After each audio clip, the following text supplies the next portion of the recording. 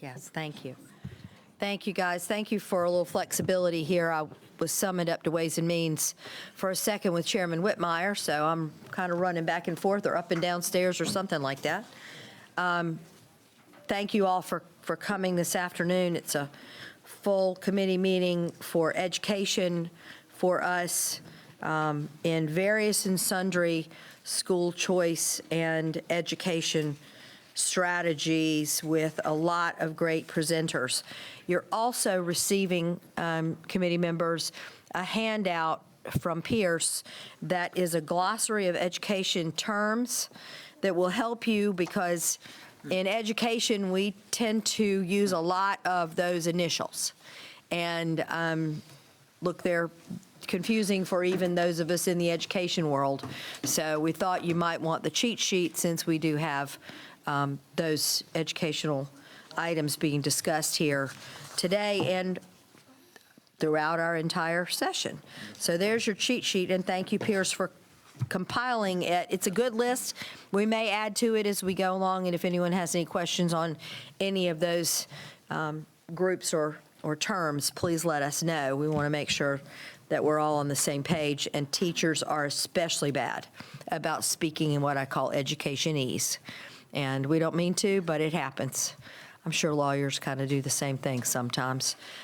Anyway, we're very happy to have folks here to talk with us today about different pieces. This is not a debate of any one issue. This is purely informational. And I would suggest that we keep in mind that that's exactly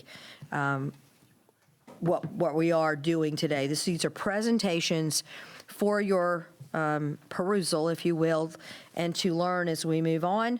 Our first speaker today is Dr. Orton Smith, who holds a PhD in political science and a Master of Public Administration from USC. Also studied at Clemson and George Washington University, so he's well-rounded. He served as the Board of Trustees for Coastal Carolina University since its independence in 1993, and he chairs the Academic Affairs Committee. He's a native of Greenville, and Dr. Smith has authored numerous books and publications on political science and public policy. He co-founded Palmetto Promise Institute in 2013, where he currently serves as Senior Fellow and Secretary to the Board of Directors. He has worked with many of us on many different educational opportunities for our children. And Dr. Smith, will you please come and share with us what you have for us today?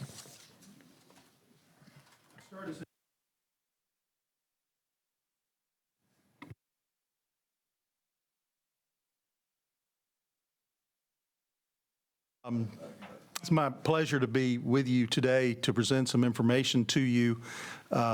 We're seeking, if this were some kind of a continuing education, a CEE, if there were such a thing, then we would try to cover a lot of bases, and we're going to do that today for you. I've assigned to myself the first part, which is sort of a historical overview of education in South Carolina, then will be followed by an in-depth look into finance, how South Carolina public education is financed.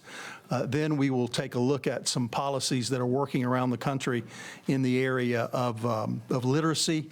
And then finally, at the very end, we'll just simply have some facts for you about public education, private education, that type of thing. But our goal here is to present factual information, so you're not going to hear any advocacy from me or any of these speakers, and if you do, feel free to throw a yellow flag or a red card, depending on what your choice of sport is.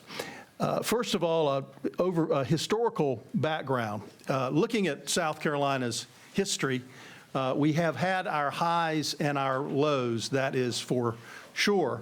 And I wanted to just touch very briefly, on an overview of really six, I would say, epochs, or 6 places in time that are important to understanding South Carolina's past and South Carolina's history as it relates to education.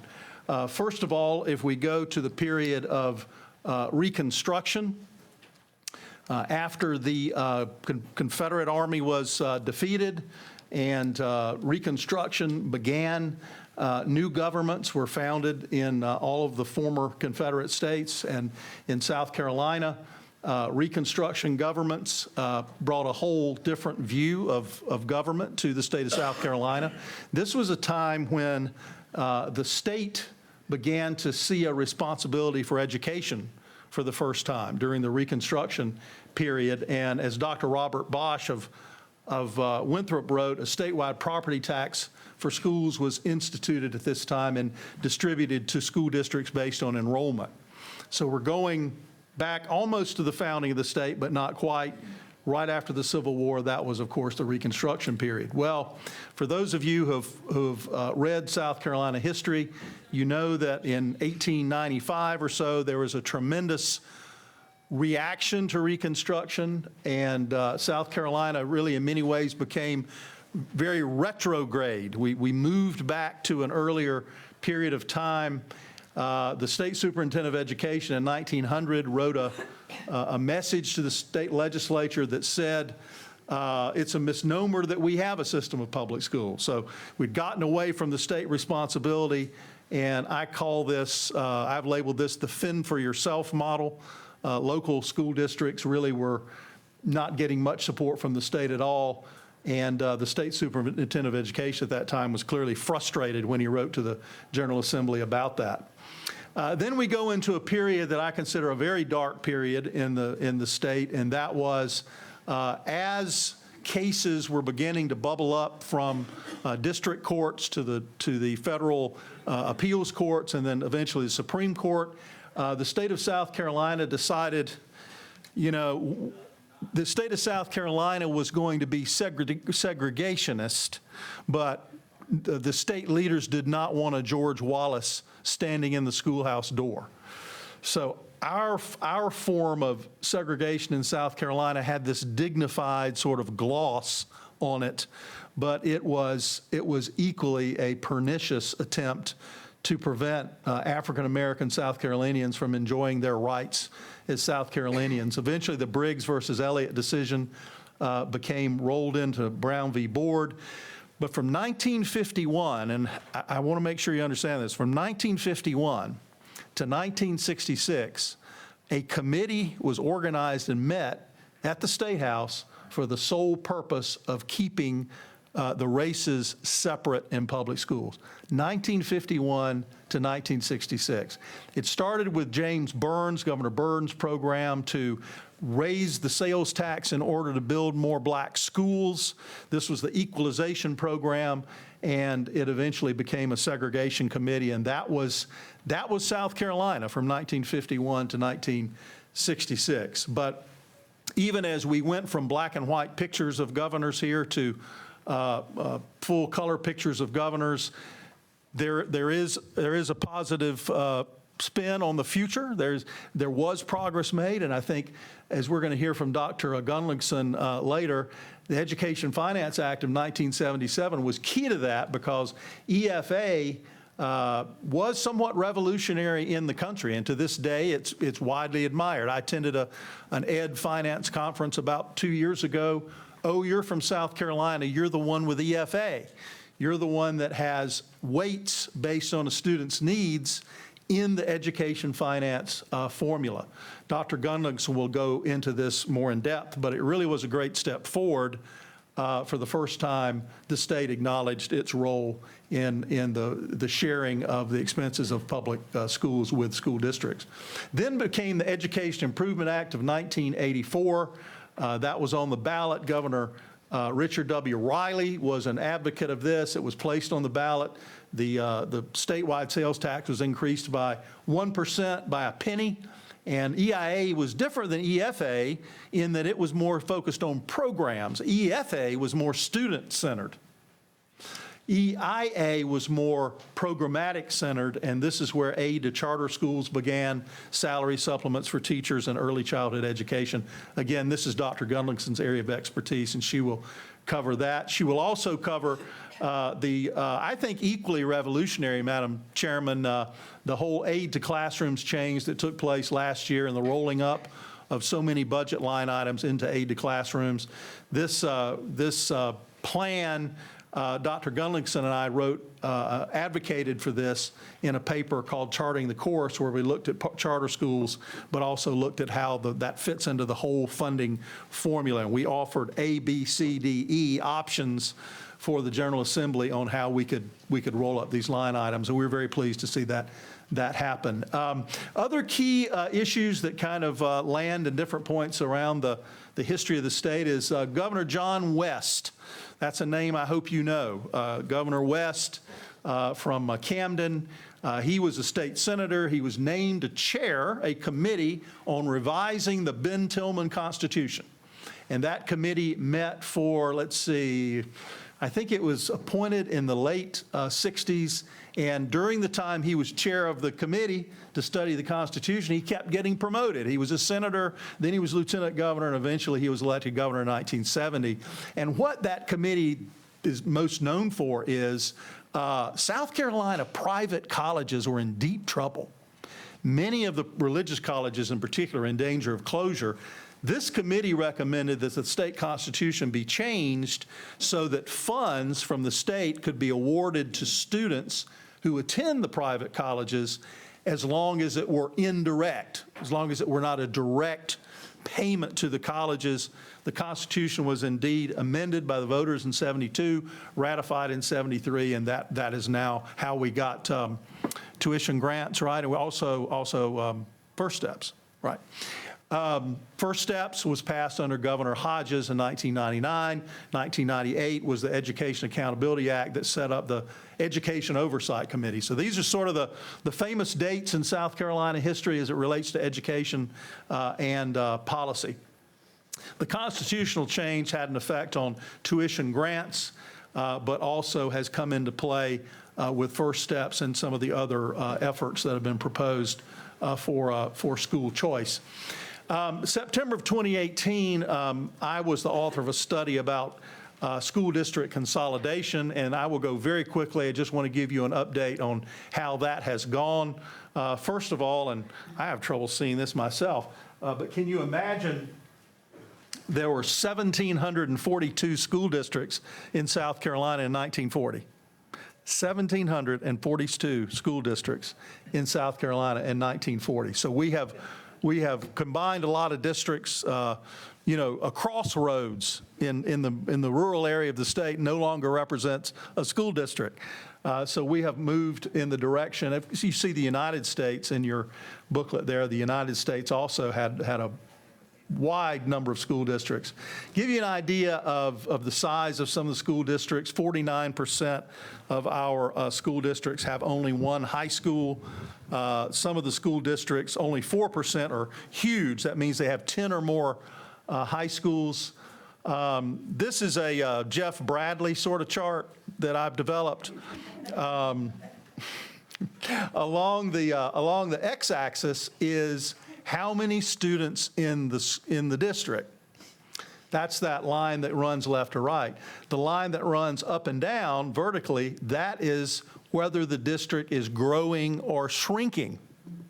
So when we were making recommendations for consolidation of school districts, we tightened down. See, this is just a tightened down view of the same graphic, and that is all those districts below the orange line are shrinking. And all those that are to the left of the center are small. So the goal was, if the district is small and shrinking, can we do something about that? This was a graphic that was developed by the Office of Revenue and Fiscal Affairs, and the dark areas are those that grew, and the nearly clear areas are those that decreased. That's by number of students. I think this is a little bit better graphic because it's by percentage. This is the actual percentage. So the pink pieces are those where the districts from 2007 to 2017, the pink pieces decreased by more than 10%. The blue pieces increased by more than 10%. So thanks to RFA for allowing us to snag that graphic from them. Often we get asked how many districts, or how many counties have multiple districts, how many have single districts. This is not updated for the recent consolidations, but at the time this was done, 62% of the districts had multiple districts in one county. This, I don't expect you to read, but it was our attempt to get a handle on whether if a district is small, does that mean the overhead is higher? And what we found with this is indeed the smaller or smallest districts, just by the very nature of it, the overhead percentage is higher because of the size being small. This is a graphic the Post and Courier put together that's much better than that. This is an actual coding of the percentage of overhead by district. And you'll see if it's more, let's see, our blue is more than 50% compared to the state average. The red is less than 20% in overhead compared to the state average. So you see those big districts, their percentage of overhead is less.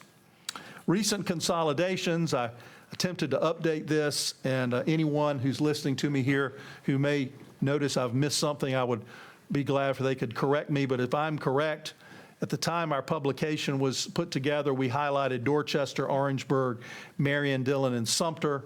But in just recent, under Molly Spearman, who really embraced this idea of consolidating school districts. And we're so grateful to her for doing that. Bamberg 1 and 2, Barnwell, Clarendon, and Florence. And there may be more to come in consolidation. If you're interested in statistics about education in South Carolina, I'd refer you to the Palmetto Promise Institute's website. About halfway down on our main webpage is this dashboard. This dashboard was created by Dr. Gunlickson, who you're going to hear from shortly. It allows you to compare, really the only place I know of where you can compare funding with achievement. We have separate across the state issues kind of siloed. Here's your achievement numbers, here's your funding numbers, but this is an attempt to put those together in one place. So that is a grand tour of the history of South Carolina, the ups and downs, and where we've come recently in our efforts to consolidate. And now I think you have an introduction for our next speaker. Thank you, Dr. Smith. Do any of our members have questions for Dr. Smith before he steps away from the podium? No? All right. Thank you. Thank you. Our next presenter this afternoon is Dr. Rebecca Gunlickson, who's an economist specializing in public finance with experience in strategic planning, project management, and firm-wide technology implementation. She served as director of the Division of Research and subsequently chief economist in the South Carolina Department of Commerce. She received her bachelor's and master's in mechanical engineering from Massachusetts Institute of Technology and her PhD in economics from the University of Michigan. She appears in an independent capacity today as a fellow with Palmetto Promise Institute, but she is also the Chief Information Officer of the South Carolina Department of Commerce.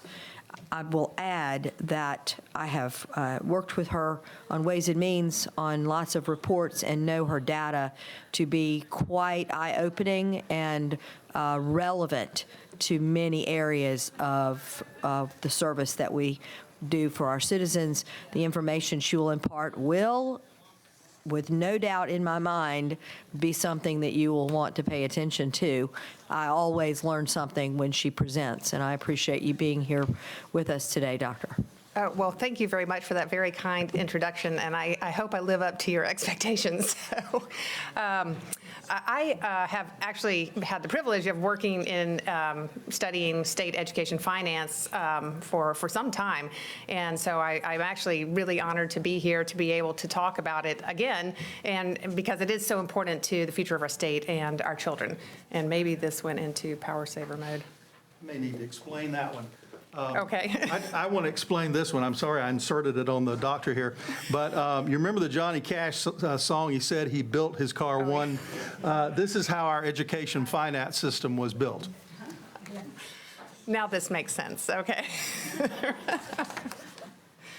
Okay, I thought what I wanted to do is, before I got into education finance, I thought maybe let's just start with how big is our system really today. And so I wanted to look at the number of students we have. And I really separated out to charter school districts and regular school districts.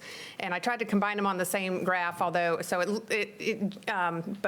the charter schools are indeed on the left-hand axis. So right now we have about 43,000 estimated charter school students, and we have about 713,000 regular district students. And here's a very common term you're going to hear is average daily membership. That is if you take 135 days, the first 135 days of school, and you have the average attendance over that time, that's what they mean by 135-day ADM. And that's what they use to calculate all of the education finance formulas. So again, so taking those two together, we have 750,000 plus students in the state of South Carolina. Now, if we look at another, I think, big picture thing is to look at how much we fund, or how much we raise per student. And again, this is separated into regular and charter districts, and it is inflation adjusted. So we have gradually increased regular school revenues per student over time. One thing you'll notice if you go back to the 2007-8 period, we hit a peak, and then after the recession hit, and we decreased revenues led to decreased spending in our schools. So I think if there's anything that kind of you can take away from this is that it's really hard to run a school if you have all of these peaks and valleys over time without and not being able to set a consistent budget. You will notice in 2020-21, there's a huge increase in regular districts, and that is primarily due to the drop-off in attendance that people, when children left the schools because of COVID, it just had the automatic effect of bumping up the revenues per student. So I think that's why you see that spike right there. Now, where do all of these revenues come from? Well, at a very simple level, they're just coming from state, local, and federal dollars. If we look at regular school districts, they get about an equal amount of their funding from state and from local sources, and then about 8% from the federal government. Charter districts also receive very little from the federal government. They get the majority, 81% from the state. They don't actually have a local district, so they don't typically local revenues are raised through property tax, so they don't actually have a local district to be able to do that. So that 14% is typically due to services and investments and donations and fees and stuff like that. Okay, so that was a very simple level. So if we want to really dig down into where all of these individual streams are coming from, it can get real complex real fast. So I've actually been using this diagram since, I think, 2015. And I will say every time I pull it out, I'm like, oh, there's something else, or oh, I missed this. But this is, I kind of think of each bubble as one of the funding sources. And I will say this is before the funding change in 2022. Don't worry, I'm not going to spend all this time on what we used to have. But one of the things that you do notice is that the Education Finance Act is right in the upper left-hand corner, and that is what Warren spoke about as being student-centric. It was a formula that calculated funds to be distributed based on this number of students and their characteristics.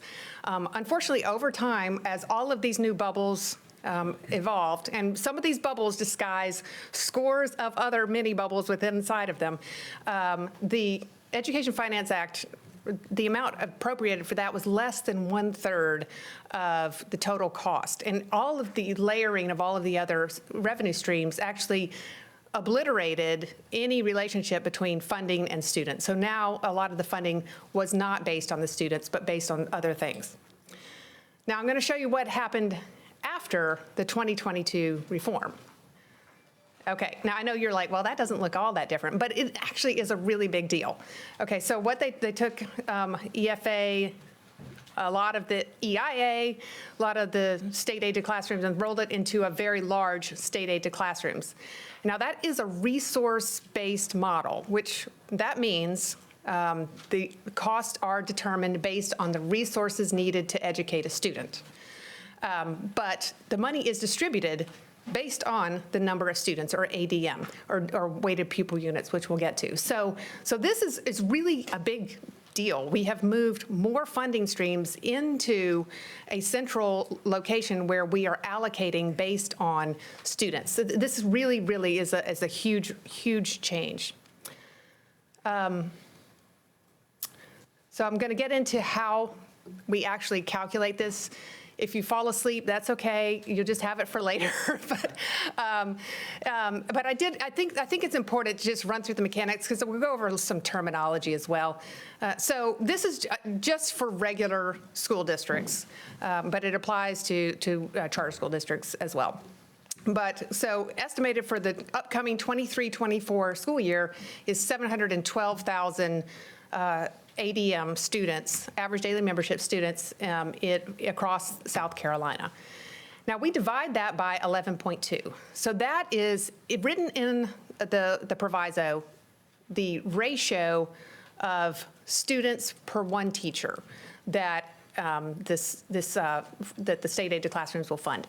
Now, it roughly equates to the average number of students to teachers across districts in the state. And a teacher is not just a teacher. It could be an assistant. It could be a therapist. It could be a pathologist, or not a pathologist, a psychologist, an audiologist, nurses, gym coaches, ROTC instructors, any sort of personnel that's required to help the students get their education.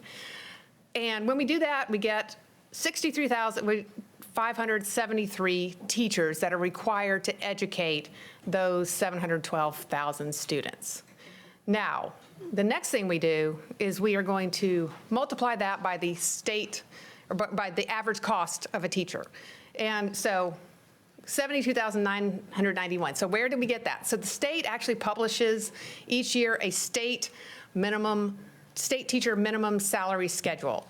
And it goes across by the years of service and by the educational educational requirements that they've met. And so it was settled that the average teacher salary would be a teacher who has a master's degree and 12 years of experience. So that's 72,991 is that minimum salary, and it includes fringe benefits.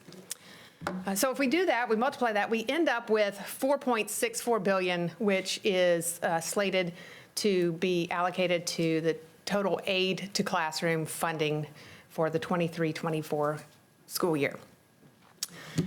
Now, the next thing it does is it breaks it down into a certain 25% is to be paid by local districts, and the state is to pay 75%. Okay, now I really should have divided this slide up into multiple slides, but since I didn't, only look at the left-hand side of it. So that, remember that $4.64 billion for state aid to classroom. If we divide that by the 712,000 students, that's a little over $6,500 per student. But every student is different. And some require more resources to educate than others.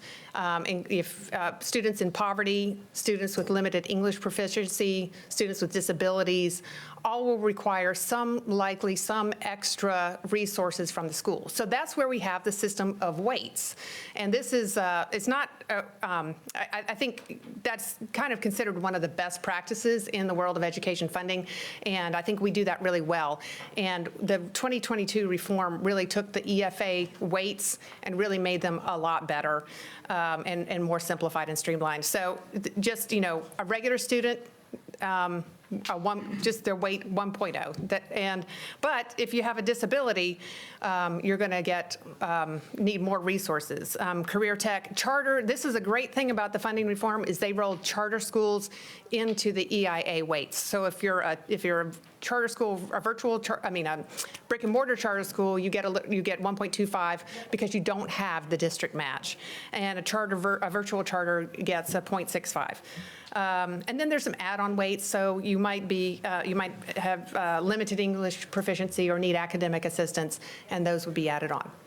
So once we add up all those weights and multiply them by the students, we end up with, on the right-hand side, that 1.2 million weighted pupil units. And again, this is a big WPUs. You're going to hear this all the time. We use it in the education lingo because that's really how we dole out the funds by district. So if we ultimately that comes to 3,861 funds per weighted pupil unit. Okay, and if you're still awake, then I'm going to show you how each district gets their money. So this is just an example of a district, say 15,356 ADMs and 26,300 some odd weighted pupil units. And if we multiply that, again, by the funds per WPU, we end up with 101.8 million. So that's how much the state-aided classrooms will fund this district. Now, we saw that the district overall pays 25% and the state overall pays 75%. But the thing is that some districts are very, very wealthy and can very, very easily afford to pay that 25% because from a property tax standpoint, they might have a lot of property wealth. Some districts that might be smaller and have less property wealth may not be able to raise as much funds. So they use what is called the index of tax-paying ability to determine how much each district should pay. So this district here is basically a ratio of this district's property tax or property base to the entire state's property base. So here, this one basically 0.0145. That's a small district. And times the total local share for state aid to classrooms is 16.8 million. And so if you look over on the right-hand side, you see that district is required to raise in property taxes 16.8 million. The state will pay the rest, 85 million, a total of 101.8. So you see this district is paying about 16% of the total program, whereas a wealthier district with a huge wealthy property tax base might be paying more than the 25%, but overall it averages out across the state to be 25% local share. And I just want to put this in perspective with the rest of our funding ecosystem. And I will say I have a lot of sort of to be reported on here because the program is new, and so we don't really have the figures, and the figures from last year can't really project forward because things have changed so much. But just you can see federal was 922 million, state total of 5.5 billion, with about 3.5 billion of that coming from state aid to classrooms. So these other three areas really still produce a lot of revenue for the schools.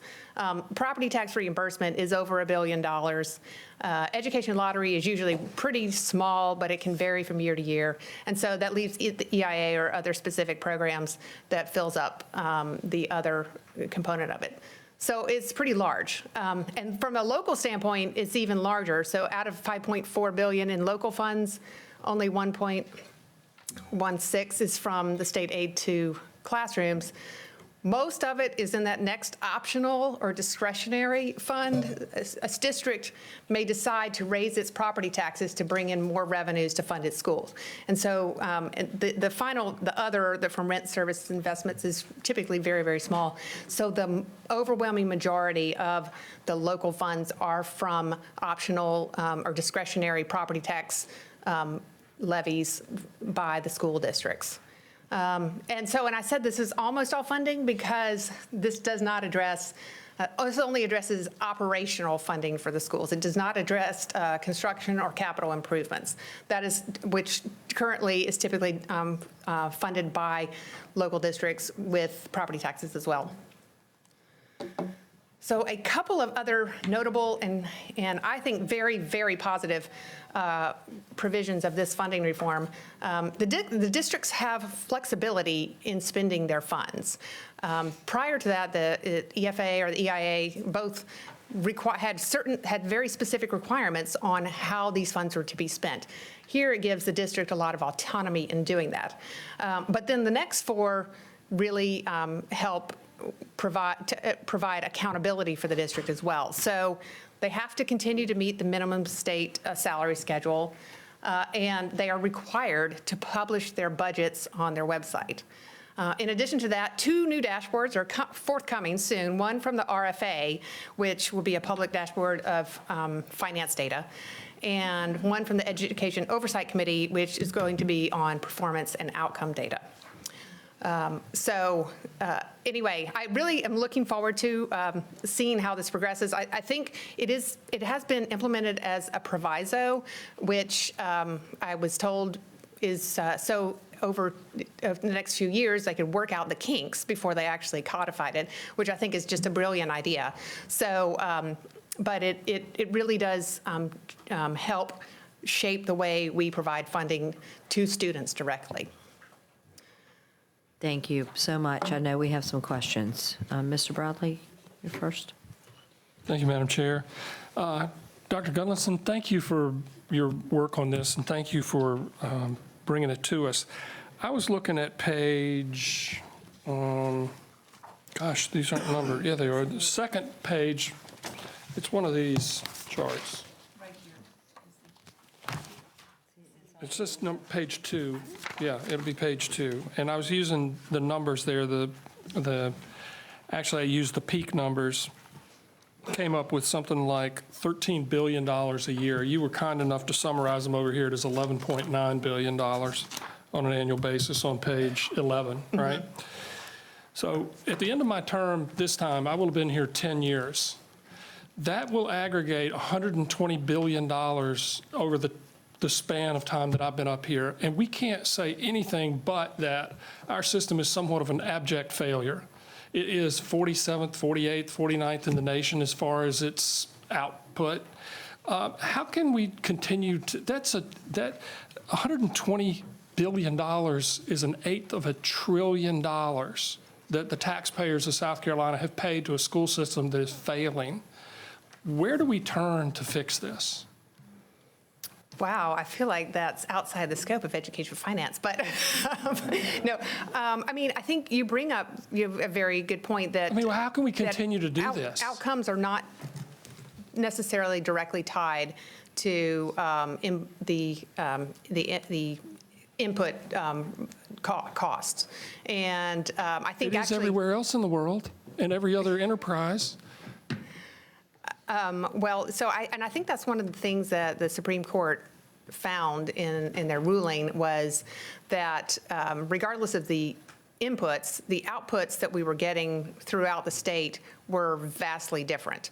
And I think they were careful not to say it's because we don't spend enough money or because we spend too much money in certain places, but they were very careful to say that whatever we're doing is producing a wide variety of outcomes throughout the state, and when in their finding. And so yes, I mean, it may not be specifically in the finance that the state needs to look, but I can't disagree with you that we need to look. Okay, thank you. I could go on. Representative Calhoun. Yes, Got it. thank you. Thank you, Dr. Gunlinson. Just a quick question. With the index of tax-paying ability, Yes. how are communities impacted with the inflation of the 6%, 7% that we're seeing right now does it impact that number? So eventually it will, but it should impact the entire state together. So the index of tax-paying ability is again, it's to compare like a very wealthy county can pay more or a smaller county would pay less. And so it's based on property values. Property values are, I guess, reassessed every 5 years throughout the state. So it would take some time for that to trickle through. But it typically would trickle through, but it should, you might have some areas that grow wealthier, and you might have some areas that don't. If the area doesn't grow as quickly as another, a small community, for example, and the property values do not grow as fast as, say, a Charleston or a Beaufort, they actually would end up not having to pay as much because they just don't have the property wealth to do it. I appreciate that. You know, we've got lots of seniors that are on set salaries, and we're now giving benefits to other segments of our society where they don't pay property taxes. And it seems like a certain population is paying the taxes. And like I said, with the inflation, I'm concerned that our families are going to be hit hard. Thank you, ma'am. Representative Alexander. Thank you very much, Madam Chair. Thank you for your presentation. The data that you give us on page 6, well, the teacher-student ratio Yes. is 11.2. Is that precise data? Or that's assumed data? Because those of us who in the education system who've been around know that that ratio does not exist, number one. Could you kind of address that? I don't think there's not too many classes where the ratio is 11 to 1. Yeah. So I have to say, I didn't author the funding formula, so I can only tell you what I've read about it. Right. But it does include a lot more than just a teacher. Yes, wouldn't it be ideal if all of our students had one teacher and only 10 classmates with them? But it does include all of the support staff that directly interacts with the students. So it would include guidance counselors, and it would include, kindergarten assist aides, and it would include social workers. I understand that, and I agree with that, because when you're talking about teachers, it's very inclusive. However, with all of that, with all of that, it still does not come to 11.2. With number one, I just my knowledge of that, okay? And I understand when you're thinking about teachers, turn the page. Okay.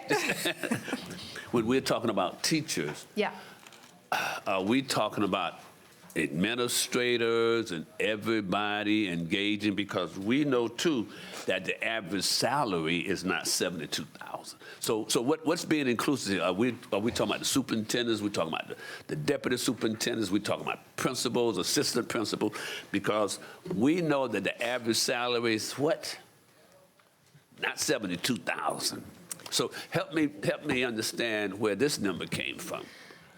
So all I can do is tell you my interpretation or my read of this, and I do not think it includes administrators. So Okay. I, again, from my read of this, Right. but it actually.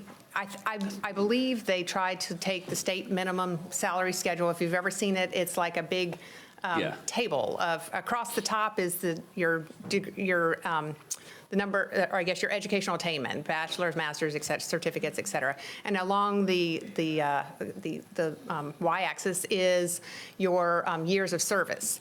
And so it really does look like they just went down into the middle point and grabbed that as the average teacher salary. So whose data is this that you drew from? This is the state data off the RFA website. Oh, so they're saying that the average salary is $72,000. Well, I think they were looking really across the entirety. Let me also say that is that our goal? So let me also, this includes fringe benefits. Yeah. So I think if you took that out, the average, actually, take-home pay is 58 something. Okay. So this includes state retirement, state health, and so on and so Thank forth. you very much. One more question, if you mind. When we talk about local taxes, Yes. and a local proportion of what school districts receive from that local property tax, would you agree that 25% of $100 is more than 25% of $50. I would agree that for someone who only has $50 to take 25% of it, it's a bigger impact on them than if you Right. take 25% of, yes. And it's not only is a bigger impact, Yep. but the person who has the $100 receiving more.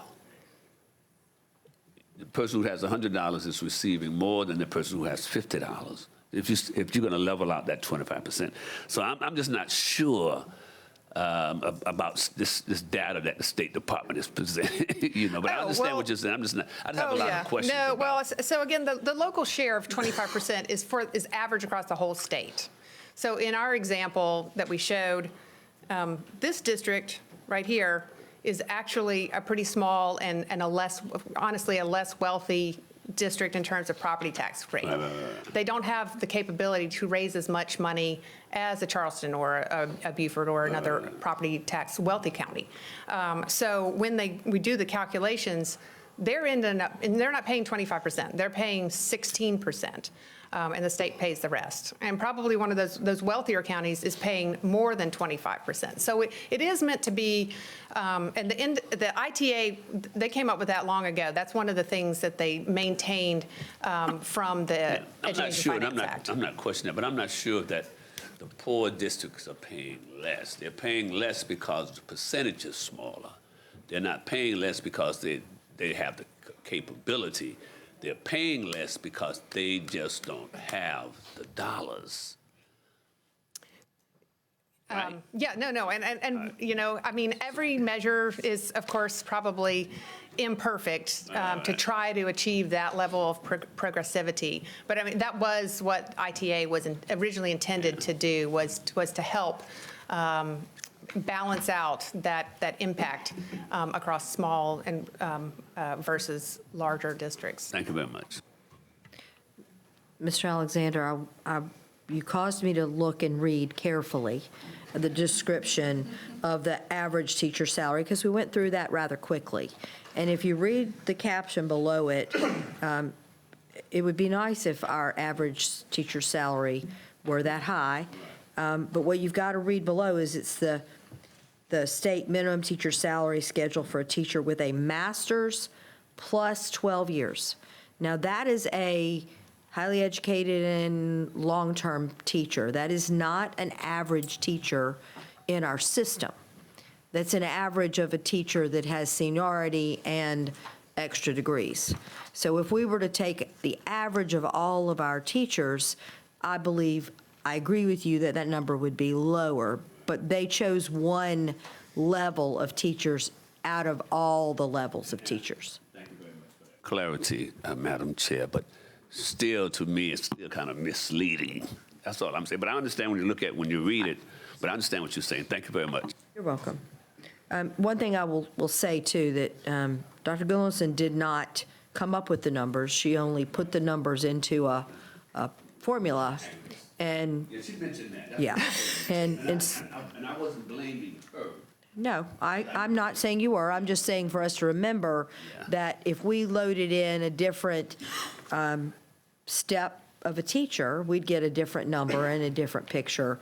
And maybe a district could say their average teacher salary is, and then they could look at a district in that same formula to get you a little bit more specific data. Am I correct in assuming Yes, that? that's right. Yes. So I think this is something you could follow up with her on and look at your districts and get your more understanding of what your district actually lives with and has as this data point. Would that be- Absolutely, yes. Okay, thank you. Mr. Bradley, I think you had a follow-up? Yes, ma'am, thank you. Quick question. If we rank expenditures per student, like your $16,702 number, number one state, number 50 state, where would we rank in that with that That's a good expenditure? question. I haven't really looked at that in some time, and I probably don't know. I don't know if, Orrin, if you've got those numbers off the top of your Page is head. that on? I haven't, it's not in here. I had heard at some point we were like 23 to 26 per pupil expenditure. Right.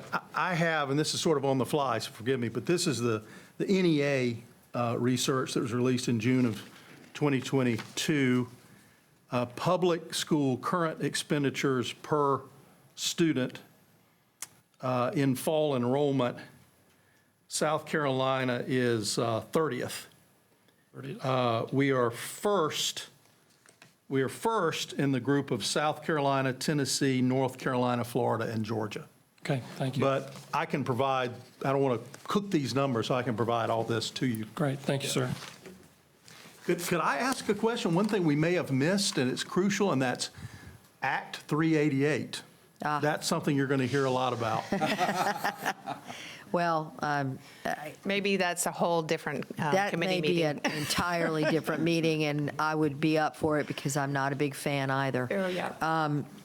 That was passed the year before I got here. And as a citizen, I didn't vote for that, but as an elected official, we've not revisited that, at least not yet. So we'll talk about that at another date and time. I commend the role of the folks who tried to let citizens not have property tax on their home as they aged and were in that home. And that was a lofty goal, but the unintended consequences have led us down many other difficult tracks. So another date and time for that discussion. Yes, yeah, big discussion. I can go on for days about the index of taxpaying ability as well, living in Beaufort County.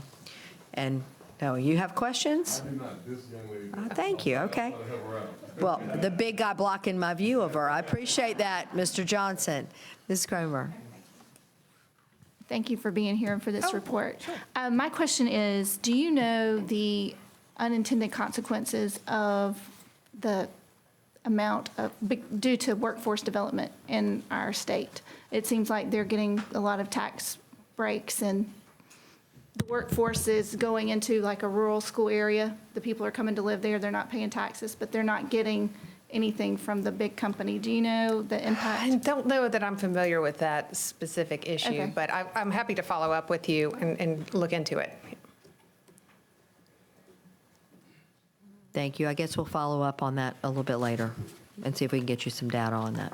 Okay, sure. Mr. Garvin? Thank you, Madam Chair, and thank you so much for being here today. Just a quick question. As my colleague mentioned, we do spend a lot of money on education. And I think that when we look at how much we spend and where we rank, it is certainly alarming. Oh, my question is this: how do you think poverty and lack of community resources plays into our ranking? And what can we do about that? And I have a follow-up question once you answer that. Wow, that's, I feel like we could solve world peace also at the same time if I had an answer. But I mean, poverty does play a big role, and I think that's one of the reasons that the weighting system does account for it and provides extra resources to schools for those reasons. And I think that there are other most of the federal funds are also specifically designated to alleviate those types of situations as well. So, but yes, I say the lack of resources, and not just monetary resources, but a lot of other, teachers, affordable housing, other quality of life does certainly impact the way students are able to show up to school and learn. Thank you for that. Another question is, in your work, have you had the opportunity to work with any school districts and discuss funding with them? And if so, what has been the feedback that you've received from school leaders, public school leaders, about their ideas about how to best improve the outcomes for their students? Well, yes, it varies by district. And, I think that might get us back to one of the issues of Act 388. And I know we didn't want to dig into that, but I think that may be the biggest issue that I come upon. Act 388 had a 1% sales tax to replace property tax for schools, for school operations on owner-occupied houses. So and owner-occupied houses, that's where students live, so, or typically. So you have these really rapidly growing school districts where people are just moving in, like Richland District 2 or one of the York districts, I forget which one, and there's housing is going up, students are coming in, but they're not getting any extra tax revenue from it. Then you have shrinking districts where people are moving out, their students are fewer and fewer, and they're not necessarily, they're actually still getting more tax, or more money from that particular stream because we use a statewide population plus inflation. So I think that would, of all of the things I've heard, that's consistently the most problematic one. So across districts, whether they be rural or urban, Oh, no, I would say the small ones probably are not unhappy with that. But yeah, I would say the rapidly growing ones do feel do feel that problem. And what they have to do is raise property taxes on everybody else in order to make up for that. what are you hearing from the rural communities? I think, lack of resources, lack of teachers, like you said. Mhm. Thank you. Mr. Gillum. Thank you, Madam Chair, and thank you, Doctor, for being here and giving us this information that you give us. Just two quick questions. One's going to be about EFA and EIA. Okay. If you can help me with that. Because leaving the school in 2018, when I got elected here, one thing that we always seen, we never got funded on a base student cost. They say we funding kids at this and we funding kids at that. Now we've got a new formula, undoubtedly, that they have taken into account that's even possibly sometimes the way I understand it is it not even as much as we had for the student-based cost that we had. But that's for EFA. And I'll give them both to you while I'm giving. EIA. A lot of times we've seen and heard that the specific programs that we put into that pot of money for that program sometimes could have been better used to either supplement another program or far better program. And I think that got to be an issue. We could have really made a difference in the school for the students to be able to have that opportunity to do that. But the first one is base student cost. Used to be, I don't know what they call it now with the new formula, but that confused a lot of people too. Yes. When we do that. Could you just give us a quick brief on that? Well, yeah, so I will go back to, I don't know if they call it anything anymore, to be honest with you, but they just call the whole program State Aid to Classrooms. But, so if we look, on the left-hand side at the bottom, this is how much is expected to be appropriated per student, ADM, $6,500. So that is over $3,000 more than the EFA did previously. So, I mean, it really is good that we've kind of rolled all of these funding streams into one and allocated a lot more based on the student. And to your EIA point, you are dead on. They did have very specific programs that had to be implemented, and here's how it needed to be spent. And I think that is, one of the things, probably the thing I like most, except for the dashboards. I love a good dashboard. But this is the thing that I like most about this funding formula, is that it provides the flexibility for the districts to be able to spend the money how they want. And they're not kind of hamstringed by the specific programmatic rules of EIA. Okay, and thank you for that. And just to follow up on that, on the EFA, whatever it's called, on what we used to know as the base student cost, just like on the page that I have, it's saying, like Representative Bradley talked about, $16,700, and that I take it that's revenues per student. I believe now I haven't looked didn't look this year, looked last year, but I don't know if that's close to what we're getting per student in the school. Yeah, not for base student costs. No, okay. that really, again, if we go back to. Is that our cost or what they're getting? That goes back to, we have to add up all the federal monies, all the state monies, not just state aid to classroom, but everything else, all the local monies. And so that's where they come up with that amount. Okay. Yep. Thank you. Yeah. Thank you, Madam Chair. Absolutely. Thank you so much. I understand the confusion of moving from the EIA and EFA into the aid to classrooms.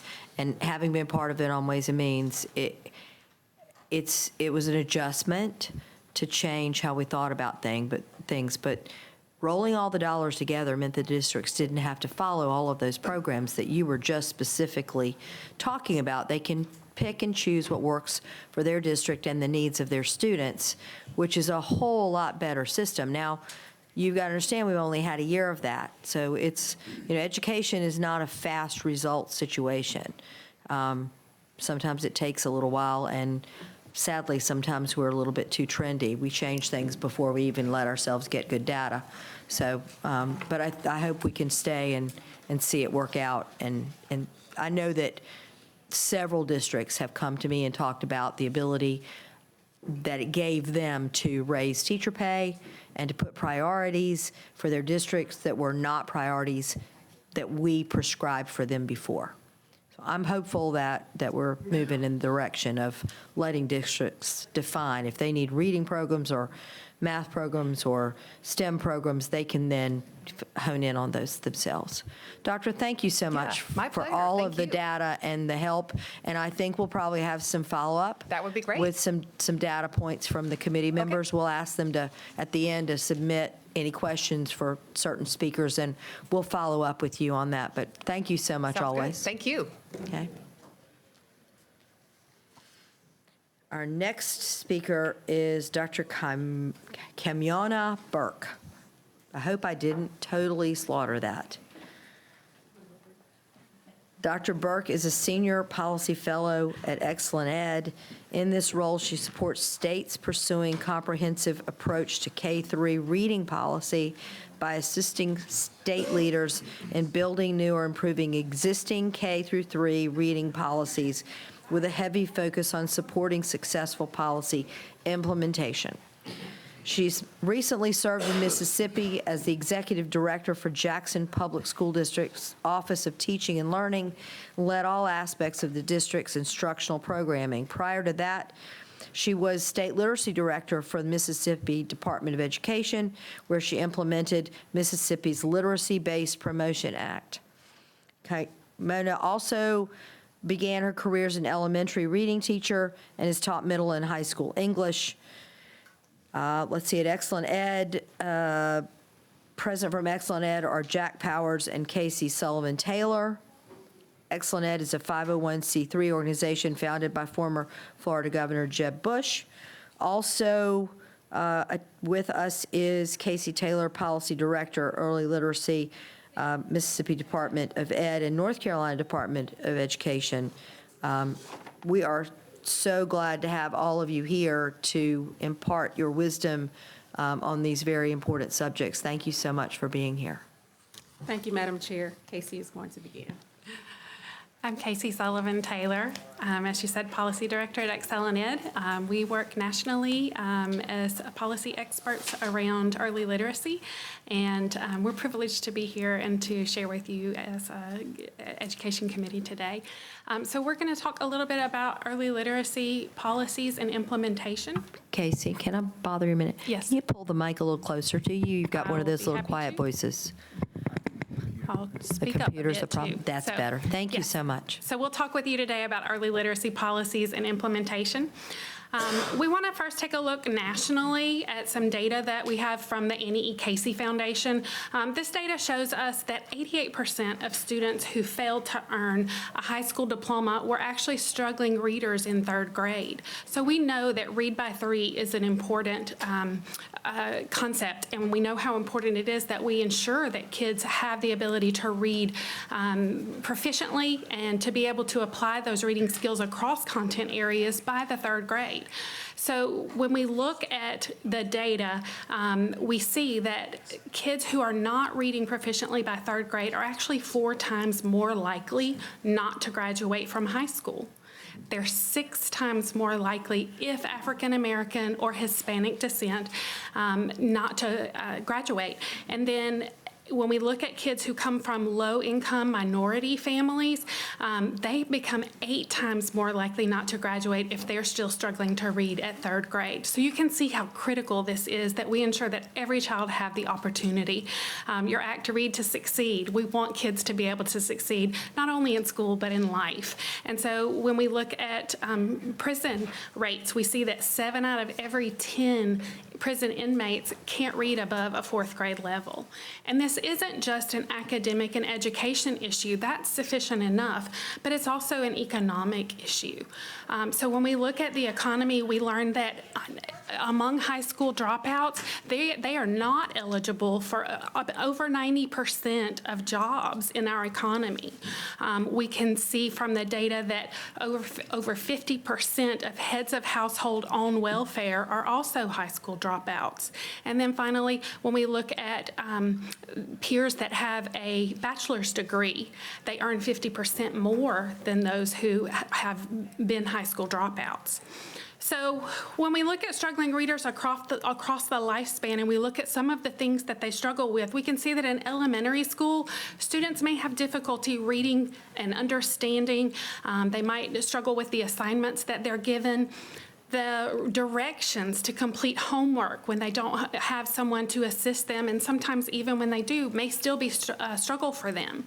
Reading to solve math problems, which in so many instances are word problems that they have to read to ever be able to set up the actual numbers and the numerical process. Writing or reading a birthday card can be a struggle. So these are things that carry over into adolescence, but then we also add challenges around following instructions for a science experiment, perhaps passing their driver's license test, and then filling out a job application for employment. And then as adults, they struggle to read to their children, to read a bedtime story or to help their children become successful readers. Help with homework can be a challenge for them. Sometimes it's a challenge for me, and I'm a good reader, but that can be a challenge. Then even looking at, again, applications for jobs, for housing, so many of those things, not just filling out the application anymore, but they're also done online. And so they have to read so much in the instructions to be able to complete it. A ballot to vote can be a challenge. Completing paperwork that would allow them to see the doctor, to file insurance claims. You can see there are so many challenges that carry over and affect the individual personally, as well as their families, and then even our economy. So what does the research and evidence say about how we teach students to read?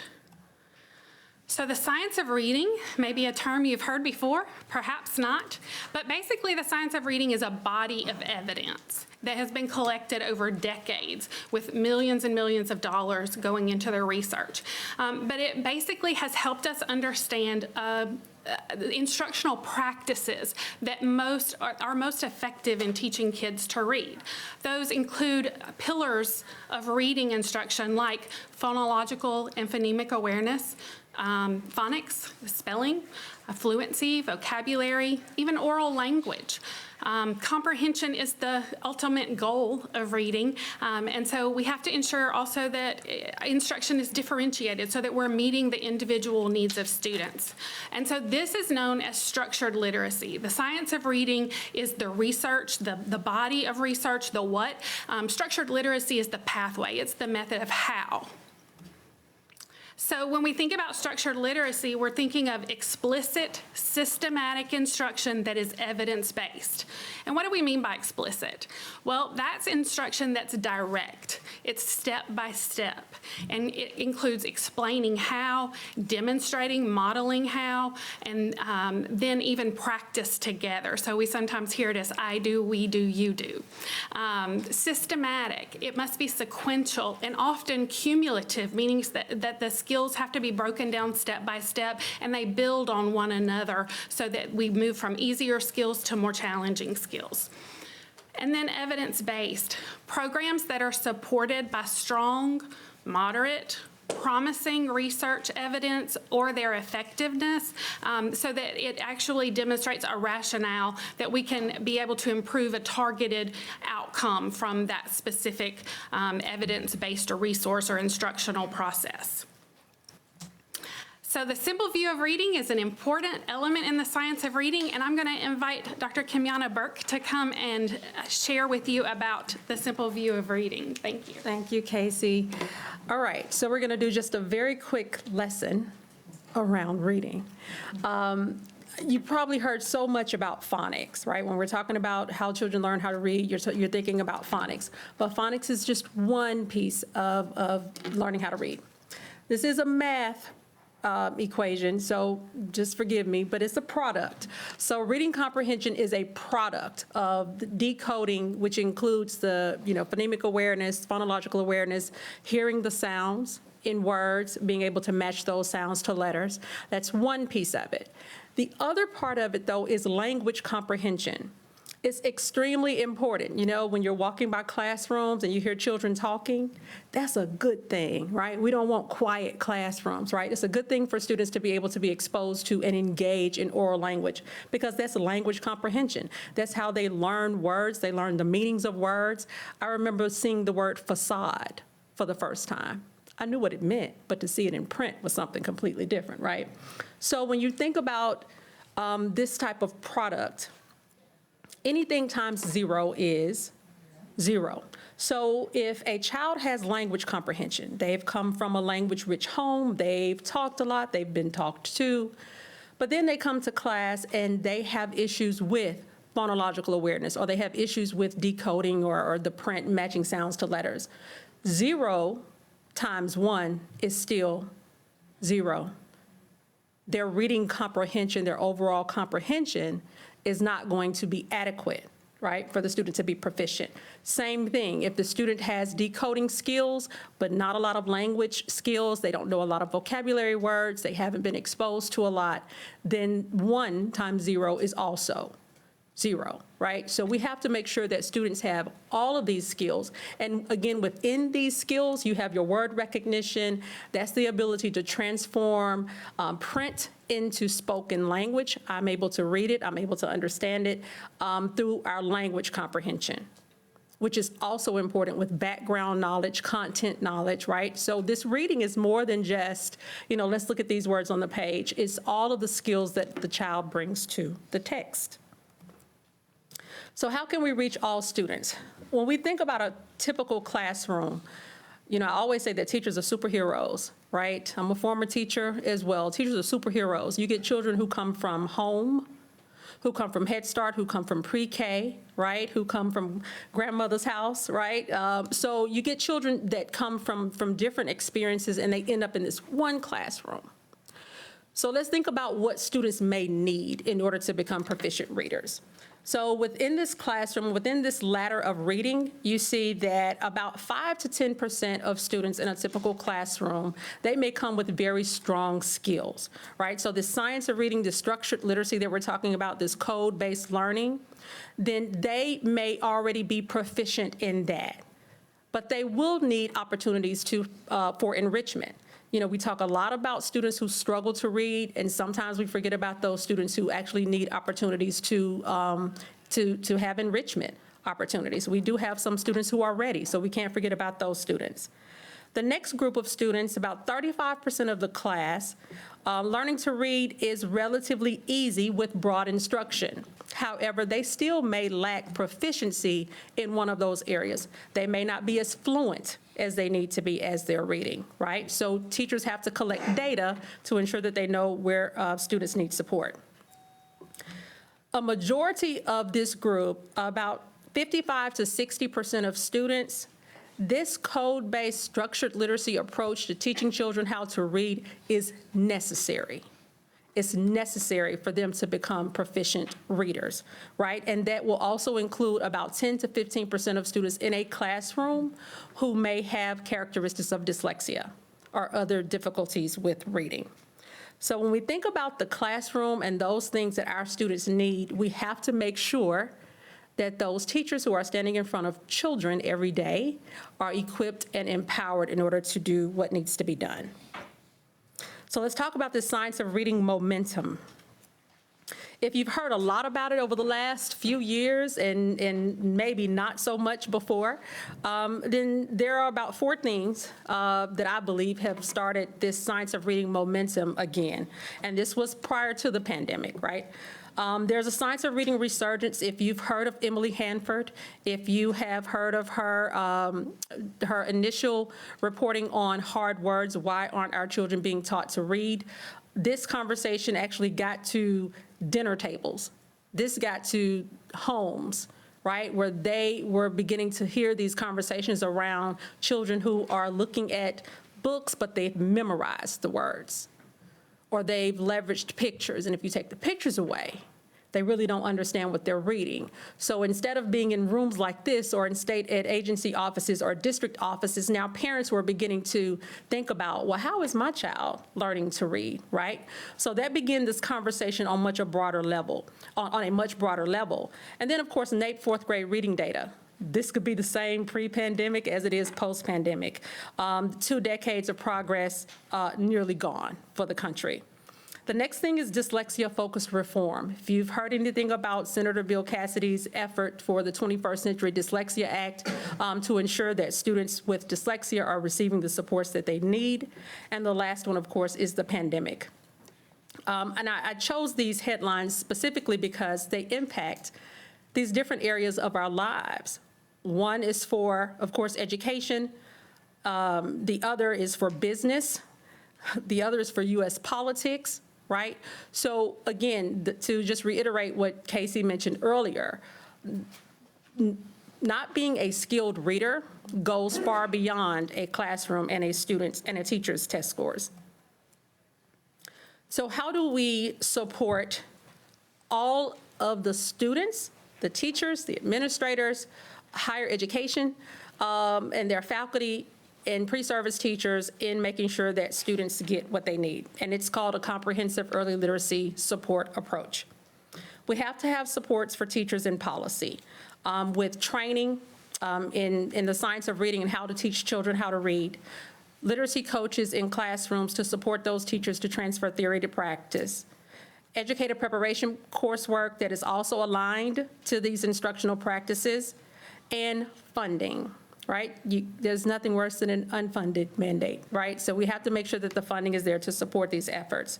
The next area is assessment and parent notification. How do we know what students need? We have to ensure that we're providing universal and dyslexia screeners for students to identify them early and to also notify parents if students are identified as having a reading deficiency. The next area is extremely important, equally as important as the others, and this is what do we do for children? We have to make sure that they receive reading instruction with high-quality instruction materials, materials that do not include the 3 cueing approach. I alluded to it earlier, where students are being taught to guess or to look at pictures, and also that there are individual reading plans for students, that teachers are able to track student progress, and summer learning opportunities are going to be extremely important for students. And of course, we can't forget our resources for our parents and families. Mississippi, which I'll talk about a little bit next, has a promotion retention component to its Read by 3 comprehensive approach. And with this approach, then students, if they do not meet a cut score that is set forth by the state board, or they do not meet a good cause exemption, then those students are retained for a different 3rd grade year that includes more intensive interventions.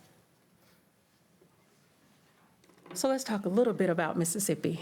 I was just so thankful and honored to be able to lead the efforts in Mississippi. We passed our Literacy-Based Promotion Act in 2013, and I'd say we've had some success, right, since then. This was our first attempt at a state-led approach to improving literacy outcomes in Mississippi. So all of those things that I mentioned before about all of the fundamental principles, these were principles that we adopted in Mississippi, making sure that we were training our teachers and administrators, even our higher education faculty, because sometimes we just assume that because someone is faculty or someone is an administrator that they have all the knowledge that they need, but we know that professional development should be job embedded and ongoing. Literacy coaching in our lowest performing schools was just one of the biggest bangs for our buck, a great return on investment for us, in that we were able to, for our lowest performing schools, able to assist them in improving student outcomes. And then all the other things, the early identification, and communicating with parents early and often, and all of the other supports that are needed. Mississippi has gone from 49th to 29th pre-pandemic, 2019, and with the most recent NAEP scores, we were 21st in the country in fourth grade reading. And so I'll end with this. Reading struggles don't discriminate. It's not a low-income problem. It's not a black and brown problem. It's just about access and opportunities. So as we begin to think about how to ensure that you're improving literacy outcomes for students in South Carolina, just note that this is, in the words of former First Lady Barbara Bush, this is everybody's business, right? This is all of it takes all of us. So I will stop here for any questions you may have. Thank you so much, Representative Thank you very much. Thank you, Madam Chair, for putting this on, and thank you all. I follow Excel in Ed. As a matter of fact, I attend several of your conferences in the past, and I appreciate the work that you all are doing. Thank you. A couple of years ago, we had your superintendent from Mississippi here. Yes. I think you all got her from Philadelphia somewhere. Maryland, Dr. Carey, you're right. Took her to Mississippi, and That's she's right. done a fantastic job. I heard she's no longer there. She retired last summer. Right.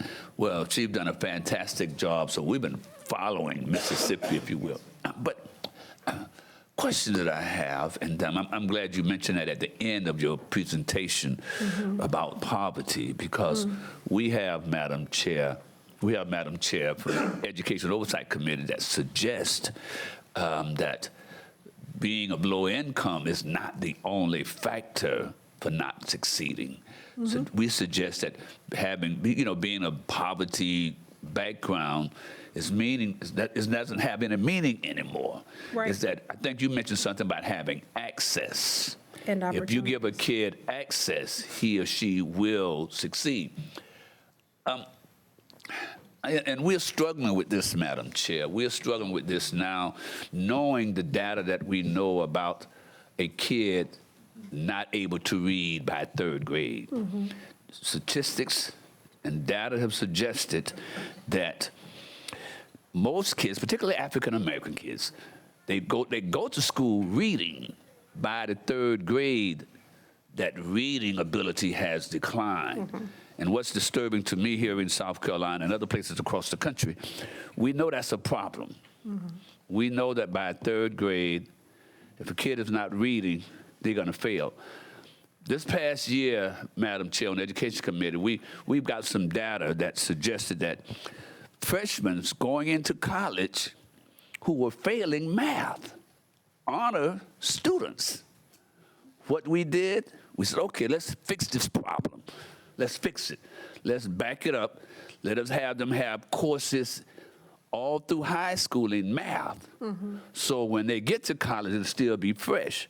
So what we did at that level helped them solve the problem. Here we have a problem, have had a problem here, saying that if a kid doesn't have their reading ability by third grade, he or she won't graduate, but we keep them in school. He or she might drop out, but we keep them in school, and we don't do a thing. We're wasting a lot of money, pots and pots loads of money. And because I don't think the kids having access. So I think that, I'm thinking that we need to be more intentional if we're going to maximize our dollars and model what Mississippi is doing, because you all been doing some good work down there, but we have to be intentional. Kid in third grade can't read, and what you gonna do? You learn how to read in third grade, not 12th grade. you learn how to read in third grade, not 12th grade. Thank you, and like I said, I like y'all. Thank you. And I do want to say to that, Madam Chair, if that's Yes, okay. absolutely. That, reading by third grade is not just a third grade teacher's responsibility. That's when state testing starts, right? So that's when we get the state data, but it's every teacher who touches that child prior to third grade. If we begin to provide those supports as early as kindergarten, pre-K, if it's accessible, with screening, with interventions, by the time they get to third grade, right, those students will be ready.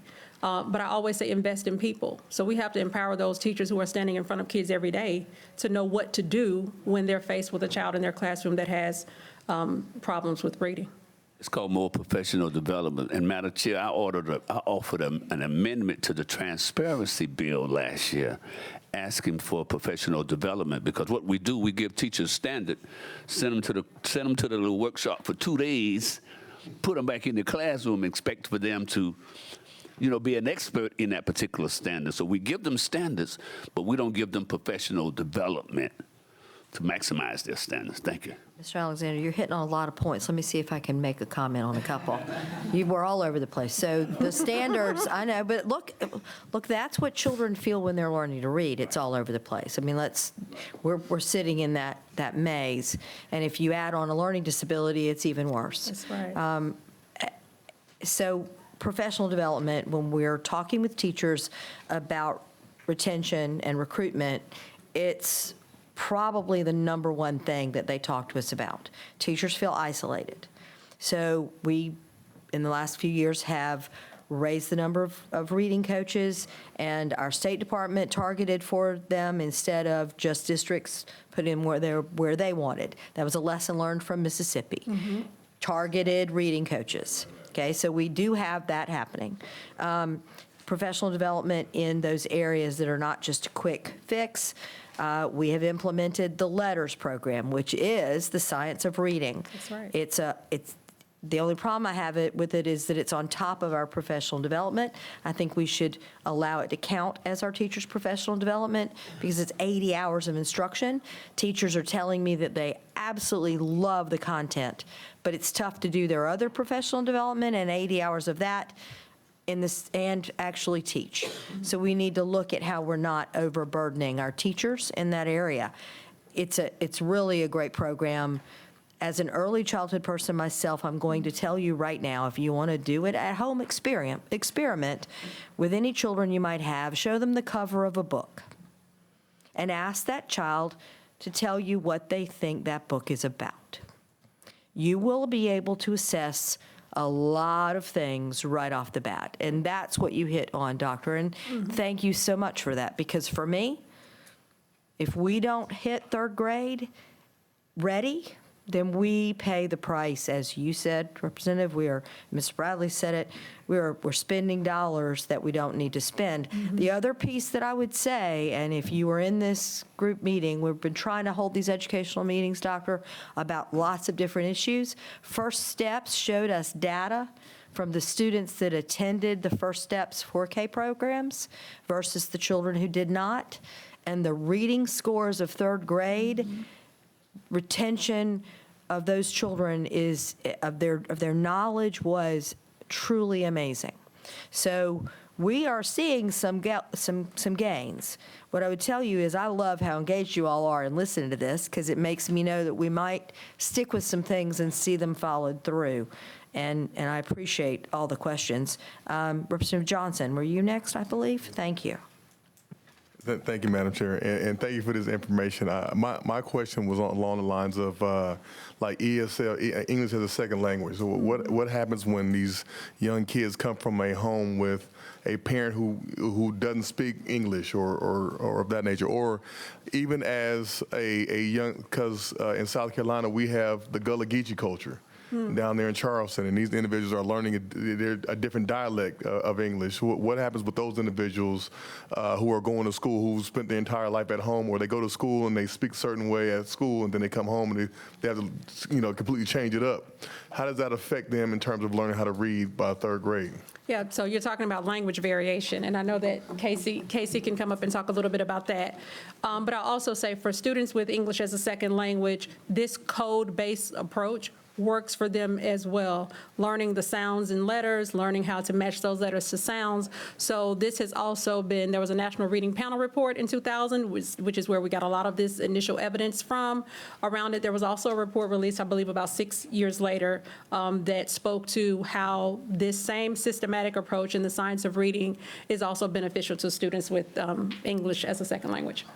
Let me give just a couple of statistics on that. Well, I'll just add to it by saying I have experience teaching overseas as an English as a second language teacher, as well as domestically in the U.S. The science of reading is the same foundation that those students need. They need that explicit, systematic instruction that carries through and is cumulative for them. They depend on it. Where we have to be very intentional about giving them opportunities in the school day, because as you said, when they go home, they may or may not have the opportunity to actually utilize the oral language and the skills that they're learning at school. So we have to give intentional opportunities for students to use that academic language with their peers, within their classes, throughout their school day, so that they do get to practice it. So quiet classrooms aren't the best classrooms. We have to give kids the opportunity to apply those skills. And following the 2000 National Reading Panel report, there was around 2006, in the few years after that, there was another report that looked at minority students, students who were immigrants or who had another language that they were coming from. And so they actually made some recommendations. The challenge is that we really don't have as much research about the outcomes for those students and what made the difference for them. But what we do know is that when we look at the science of reading, that many of the things that work for our kids who have English as their first language also work for our second language, or in some cases, multilingual learners. So we have to do the best by them with explicit, systematic instruction across those 5 components of reading, as well as writing, and really emphasizing oral language and the opportunity to use it. Thank you. And just to follow up on that, so we don't explicitly know if we have more, let's say more individuals who are speaking like an English dialect, if we have more of them dropping out versus individuals who come from another household of regular English dialect. We don't know if we have more of them versus the other ones? I don't have statistics on that. I think that you could look at your state data. Your state data would be able to reflect that for the state of South Carolina. I don't have national data that reflects that we have a challenge with that. All right, thank you. I do want to add to that, for Mississippi in 2019, our low-income, white, Black, and Hispanic students outperformed their peers nationally. So again, it goes back to that students must have teachers who know how to teach them how to read. They must have access opportunities, and it doesn't matter your zip code. You can be taught to read, you know. Thank you. Mr. Gillum? Thank you, Madam Chair. Thank you, Ms. Burke, for doing this and putting that on. And you talked about a couple of things, 3 by 3. The 3 queuing. And I'm just gonna tell you how I feel about if a kid can't read and is not held accountable to the 3rd grade, I have failed him.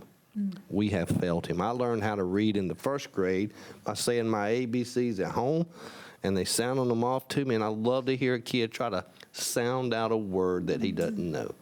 That's phonics. That's phonics. And I love the science of reading because of that. And I'm all on board with that for our Department of Ed in South Carolina. I've done told them that because we have failed if we don't hold them accountable to the 3rd grade. And it ain't because it ain't the kid's fault. You know, parents are the first teachers a kid has. And she talked about first steps. My daughter just turned 21 last Wednesday. She's a senior in college. Back then,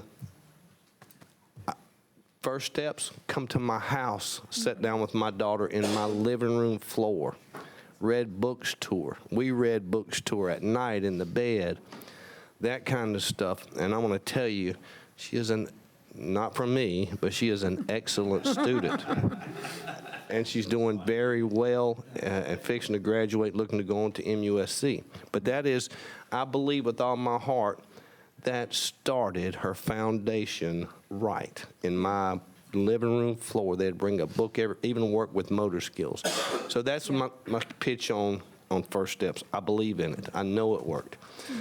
But holding people accountable and not let, I've had, in my classroom, I had ninth graders come up to the high school, and I'm not exaggerating.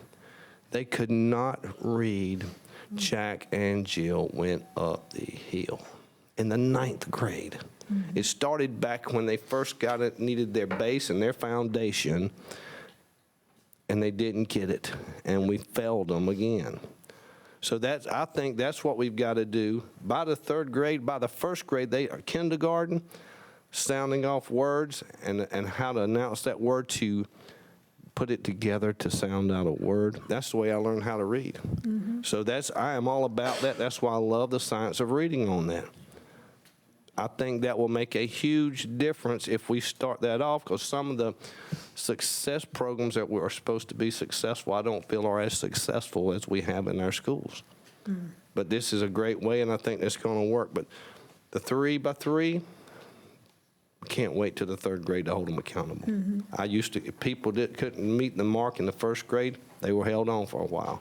Or the second grade, and they were held on until they got that mark. And that's the way it goes, and I think that's why a lot of people learned and still have that based in them. But thank you for the information you got. Thank you. Thank you, Madam Chair. Absolutely. I'm not shortening anybody's comments. I'm just going to tell you that we had scheduled this meeting till 5, and we have one more speaker. So I've got two more representatives who have questions, and then we'll move on to the next speaker unless there's something deeply abiding that you need me to take care of. Let me know. Representative Rivers. Thank you, Madam Chairman. I was curious on page 39, as Brother Gilliam was talking about read by 3, and I look at the 4 times, 6 times, 8 times, 7 out of every 10. And my question is, or my concern is, the relationship between the third grade reading in jail. Because we hear on one hand that you can tell by the third grade who's going to jail. And we also are now saying that by the third grade we can tell who can't read. And in your last caption, you said 7 out of every 10 inmates cannot read above the 4th grade. That's one point. The second point, as it relates to South Carolina and states to have a lot of service-type jobs, and also poverty, when kids can go find a job easily on Hilton Head, or I'm from Beaufort, and they're making money at 18, whatever age they're making it, landscaping or whatever, there is an incentive for some to drop out of school. Yeah. And historically, I think you were saying there's a historical factor. So the parents who had the same challenge or whatever, so it's perpetual. My last point, I guess, on this is that, do you think there's a relationship between the service industry in a state that has a lot of service-type jobs, and there's really not a motivation for some for these children to learn, because learning means it's going to be a higher salary, and the profit margin of those who are making the money goes down. So do you see any relationship between the profit margin that people want to make, the ability historically to make people work for a little amount of money, and it's been historical. So I'm just curious, we're talking about a problem that has been historic, and however, it's been profitable for some people. So those who are profiting from it, why would they want to change it? And they're the business people. So we talk about it, but history has shown that we haven't been doing much about it, and the only people who are benefiting from it are the ones who are making the money. What's your opinion on that? Well, I'm not an economist, so I'll start by saying that. And then you have to think about sustainability. You have to think about, we want to support students as they choose college or career, right? But with either of those things, students must be able to read. With either of those things, students must be able to make money and know what to do with their money, right? To ensure that they are living their best quality of life. So in some places, when plants close down, or these types of service industries, they go out of business, then those individuals are left with very few options as to what the alternative can be. But I know that sometimes we deal in the right now, right? So what can we get right now? But I believe that when we're thinking about addressing these difficulties early on, this is not something we're saying we need to do by the time they're 18 or by the time they're working age. We're saying that they need to have this foundation before they get to middle school, before they get to high school, before they think about this other job that's going to pay them a certain amount an hour, and why not wait, why wait until I graduate from college? They still need these skills Yes, ma'am. because some of them have to fill out applications online. They have to do those other things. Yes, ma'am, I agree with it, but what I'm really trying to say is that where the service industry is pervasive, it's never going to go out of business. It hasn't gone out of business since 18-something. Yeah, different types of service, Yeah, right? so what I'm saying is that these children, these people always know that they can get a job. Maybe it's not the best decision, but, I'm making $1,000 a week doing this rather than making $600 a week at Burger King or something. Right. So, and as far as the Gullah language, my brother, we are prolific at being bilingual. We have the ability to talk to who we need to talk to, how we need to talk to them, and because of the intellectual Code switch. gift, we know how to work it. That's Thank you. right. I went to school in Charleston. I've seen you jockey back and forth between that language, Mr. Rivers. I've seen it. We know what we're doing, we need to do it. Exactly. Representative Landing. Dr. Burke, thank you so much. This was really informative and helpful, and also next steps, things that we need to be doing. One of the things that I wanted to ask you about, or the thing I want to ask you about, is we've heard about the programs and how teachers and the science of reading and so forth, and of course we know phonics as a basis. It's already been alluded to about reading at home, and we know, and I do have, even in my district, I say even in my district because people know Mount Pleasant schools in general are really strong in our state, but we still have children who are struggling, and there's not always the support system at home, and that's probably one of the biggest factors, I would imagine. So is there any, I'm sure there's a lot, are there statistics or data on how we can strengthen, either as a state body or how we can help our after-school programs where it's not just a playtime until parents can come pick you up after school, but a time where you can actually reinforce getting homework done and having people that are aides or teachers or even volunteers come and help with reading and so forth? Yeah, well, I can speak to that generally, but of course in South Carolina, I'm sure that the Department of Education would be able to address that very specifically to South Carolina. But there are several states that have leveraged their tutors, not just during the summer, but also throughout the school year. Tennessee is one of those states where their tutors have to be trained in the science of reading. In order to be able to participate and facilitate, provide instruction during summer reading programs. And then students will have access to those tutors throughout the school year for those students who are identified as being struggling readers. A lot of these things are the business of school. And I think that's something that we have to make sure that we are communicating to teachers, to those who are in the classroom, instead of, because they'll think this is just something else. No, we want you to do the business of school, but just more efficiently, just with the right tools, just with those tools that are going to give us the data we need in order to make the best decisions for children. So you're right. If there are schools that have after-school time, what's happening during that time? This is not something in addition to that. We want to make sure that this time is protected. The right students are being chosen to participate based on data. When we talk about accountability, again, accountability has normally been for those third grade students. But if you're screening students in kindergarten, your job as a kindergarten teacher is to be able to pass the baton to the first grade teacher to say, I've gotten this student ready for you, right? So there's accountability there with data to show growth. So there are several opportunities, if you have those types of resources, to just really take a look at how those programs are functioning, and just to make sure that, again, the right students are being directed to those programs, and that there's data that's being collected to show growth. Because again, we can continue to do the same thing. I heard you all talk about is it $120 billion, right? We can continue to do kind of the same thing, but if we have these opportunities that already exist, we just have to make the most of those, and we have to monitor how well those are doing. And, the saying goes, what gets measured gets done. So we have to make sure that we're paying close attention to that. Thank you. Absolutely, thank you. I'm going to steal the business of schools. I like that term. You got it, Madam Chair. Business of school, yeah. Yeah, it really is. That's a great term. Thank you. Thank you, Doctor. We really appreciate your Thank you. time and your work with children. Our next speaker is Bill Phillips, who serves as the Senior Director of Charter Policy and School Choice Policy at the American Federation for Children. Before joining AFC, he worked in the charter sector for over 20 years.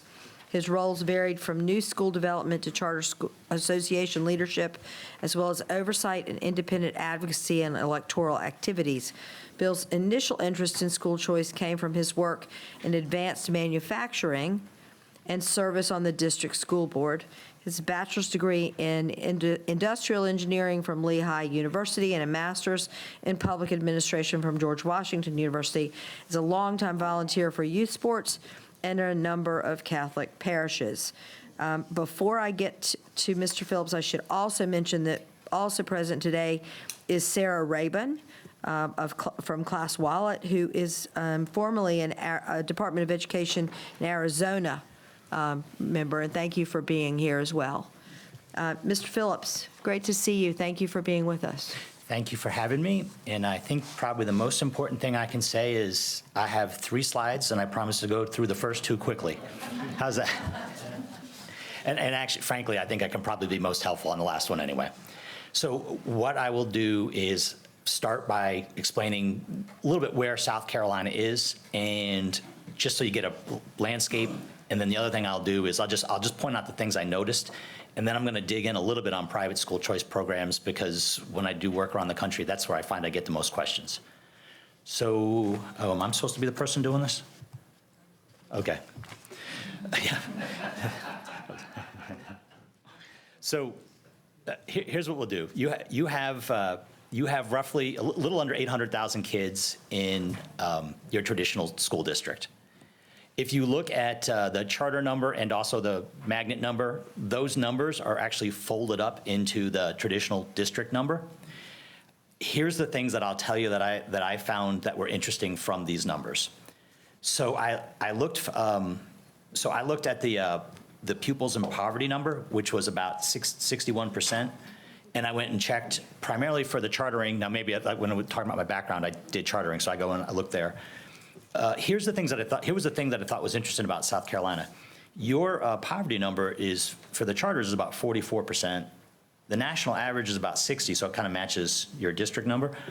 So what I did is I then looked in. You have, interestingly enough, for your charter sector, you have a very higher than average suburban charter sector and a higher than average rural charter sector. And what I mean by that is, so your suburban numbers are 48 versus, for suburban, it's like 48% versus 29 national. Your rural is 20% versus 10% national. Your urban sector is 20% versus 57 national. This is ironic to me because chartering is typically an urban phenomenon if you go in the rest of the country. And we ought to, in a funny sort of way, maybe we ought to trade, because as somebody who has worked in chartering for a long time, it was really, really hard to get into the suburbs and rural area, and you seem to have that formula. The urban piece should be easier, and quite frankly, you'd be well served, actually, to get to that piece as well.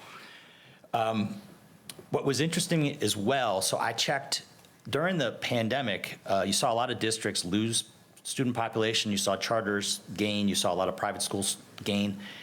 You gained 20%, your charter school population went up by 20% during the pandemic, which is actually one of the highest numbers I've seen in the country. So, one more piece about the chartering that I'm happy to address this with you later if anybody would like. I noticed that you have 3 authorizers, which I would argue is a good thing. And I know you have had some struggles with your authorizers, but I am telling you, if you want to have a charter school sector where you get a diversity of models, and by diversity of models, I mean when I've seen other states where they only have one authorizer, they tend to do very safe kind of schools. They'll hire a management company, they come in, they make this, college prep school. They're not typically good at generating community schools. They're not typically good at generating innovative schools because frankly, they're risky. And as much as authorizers are less bureaucratic, they're still the government a little bit and they're risk averse. So when I see the 3 authorizers, I actually think that's a good thing. It is in the future how you'll actually get more diverse chartering. Happy to debate that later because I know you've actually had some experiences that you would want to argue with me. That's right, I'm the person doing this. Yeah. So for your independent schools, what I went looking for was just how does this fare versus the rest of the country. That 410 schools, that's about 21st in the country. Oh, actually, let me step back one second. On the chartering, I think it was like, what was it, 48,000? That's about 22nd in the country in terms of how many kids you have. So I would argue, middle of the pack. For your independent schools, the 410 schools is 21st in the country. So interestingly, I'd argue middle of the pack.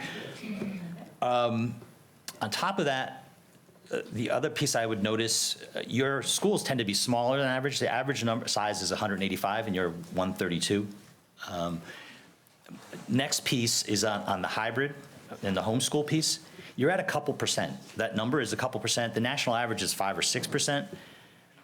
The only thing I will caution you is homeschool numbers are notoriously difficult to get. So I actually, the fact that you're half of that number tells me there's probably something there, but a couple percent might be 4%, but it was a little lower than normal. And then lastly, the reason that we flagged the learning pods, there were 2 things here. As you know, they came into existence primarily during the pandemic. They exist. We know they exist. They haven't gone back. I felt if you're going to talk about private education, you should at least mention that they're here. Very, very hard to get a sense of how many of them we still have.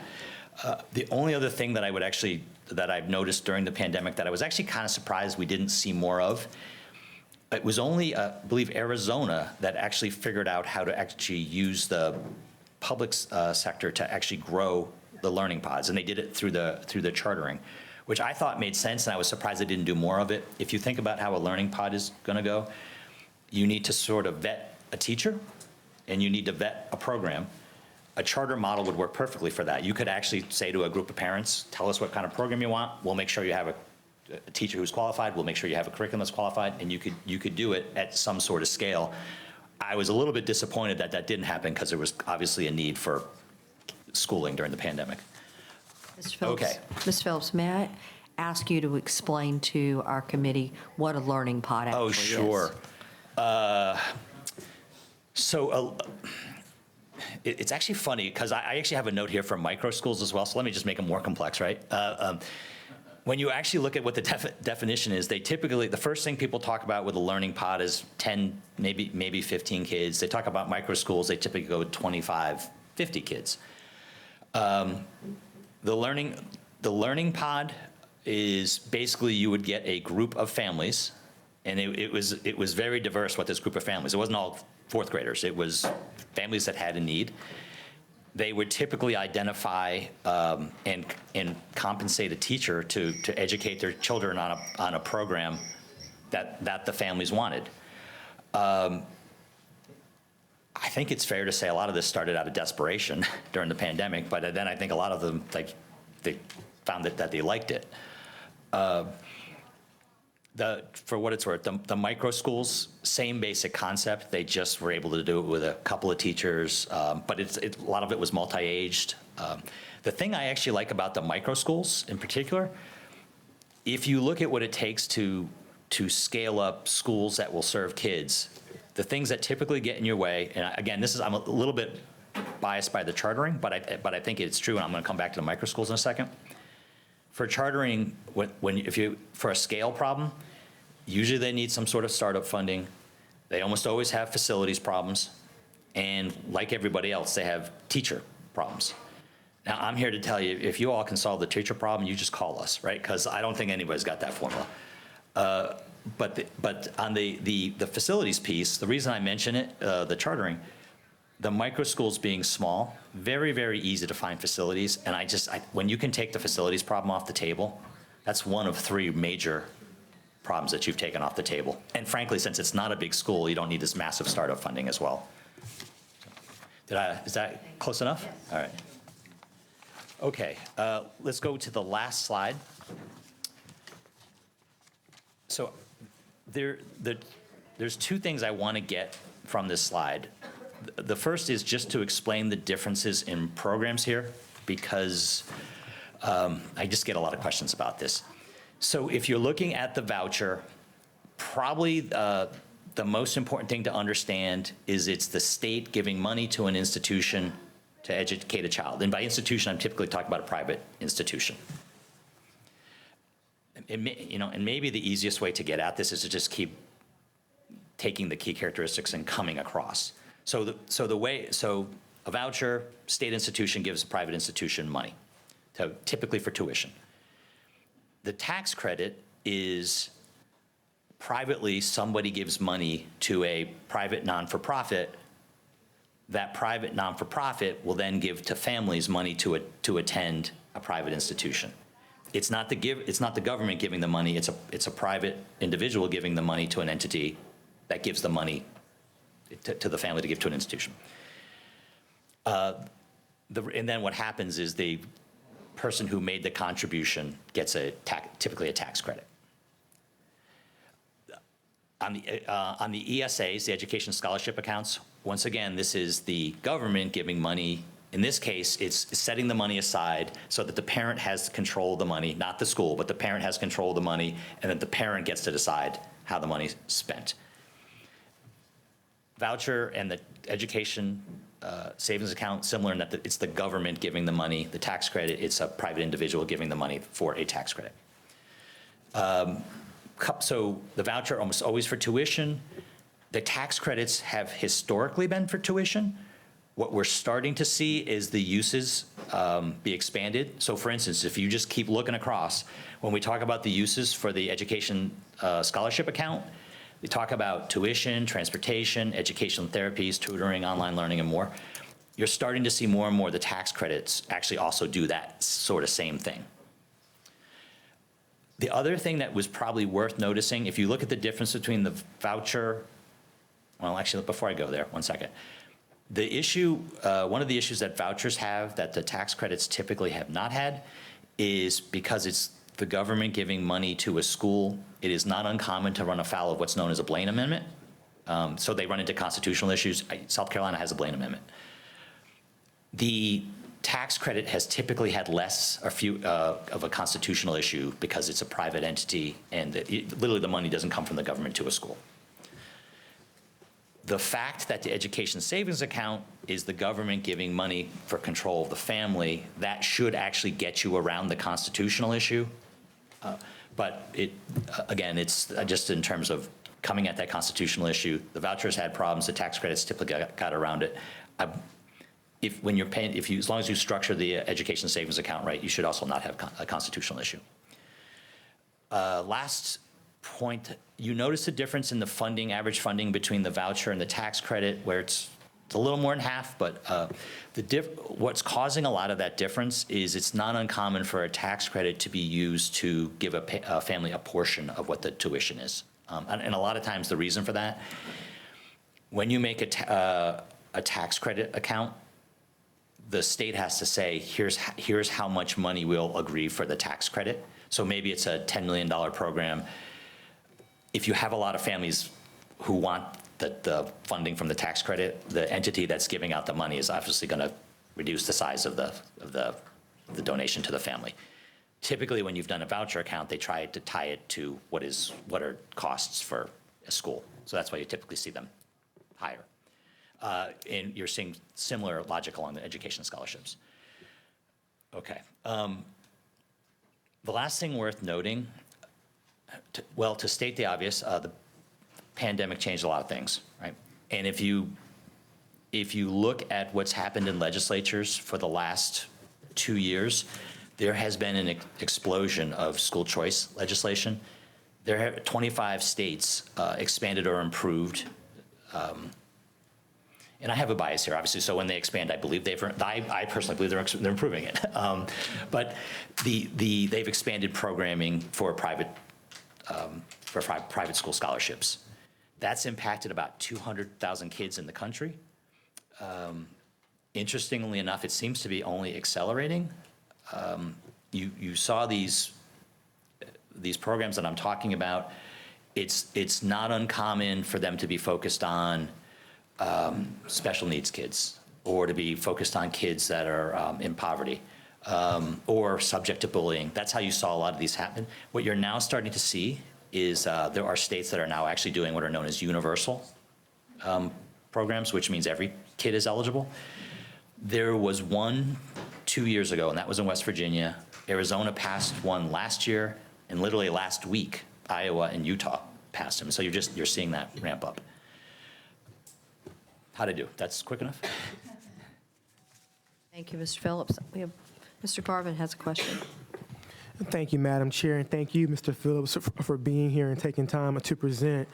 A very quick questions that I want to ask. First point I wanted to make, and certainly is that during the pandemic, our educators had to quickly adjust.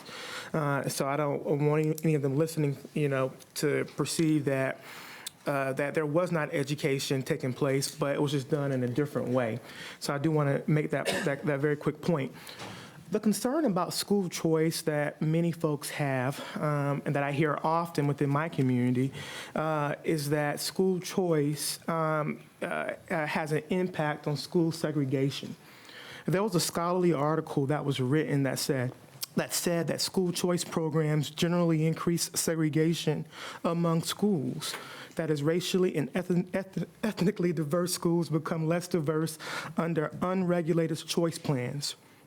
Parents who enjoy social and economic advantages manage to maintain those advantages, especially in unregulated school choice programs. School choice policies consistently provide an advantage to the dominant cultural group.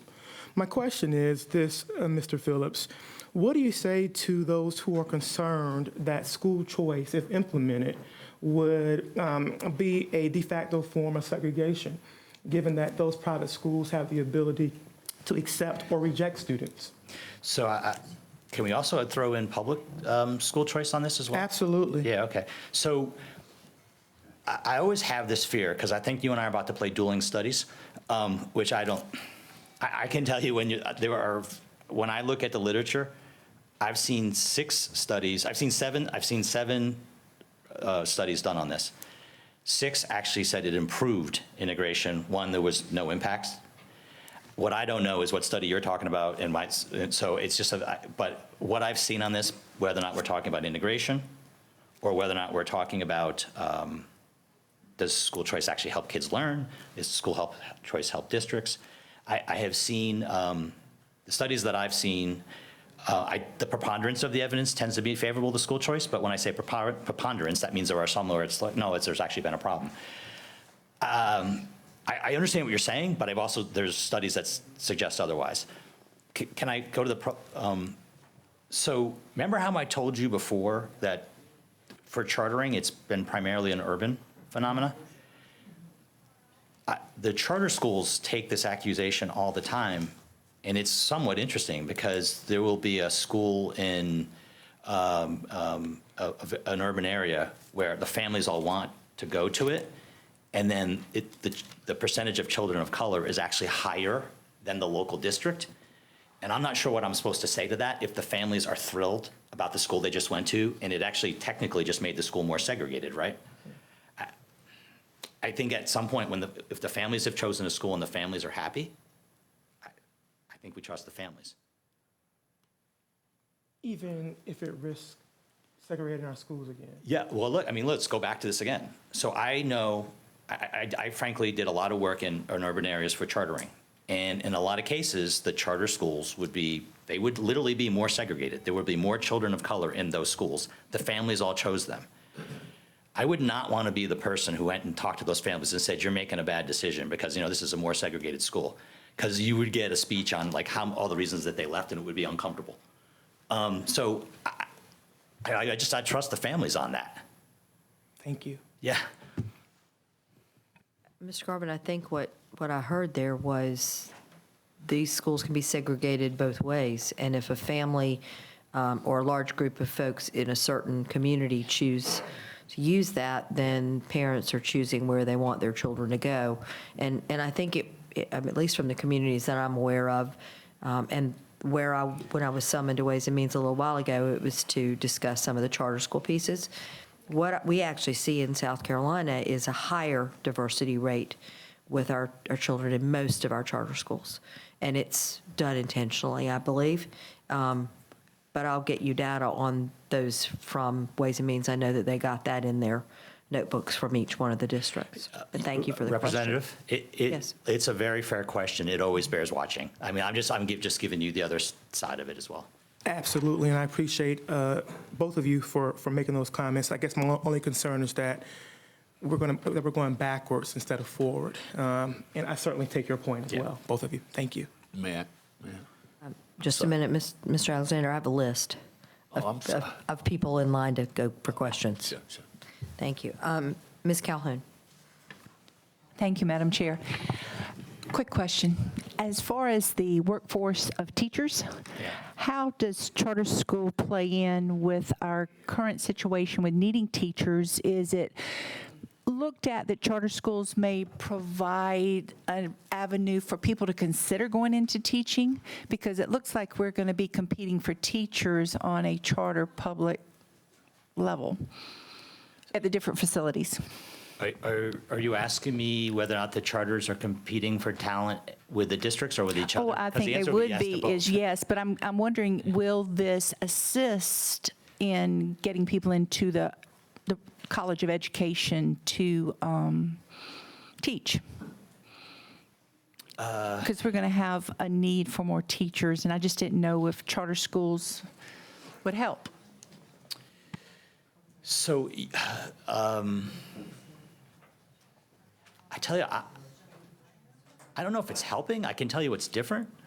Because I can tell you outright, the charters have the same struggles as the districts do to finding talented teachers. The thing that I think the charters may be doing that a lot of districts might want to copy is they have actually started their own schools of education. They've actually started to look for different recruitment pipelines, which I think is a healthy thing. That's from a national standpoint. I tell you what, there are in places where chartering has received a lot of attention, it absolutely attracts people who will say, hey, I might want to do that. You usually got to get to a little bit of scale, though, for chartering to have that kind of attention. But yes, you do at that point see young people primarily wanting to get into it. So remember how I said, if anybody gets the formula, they should call, because I think it's the hardest thing in education.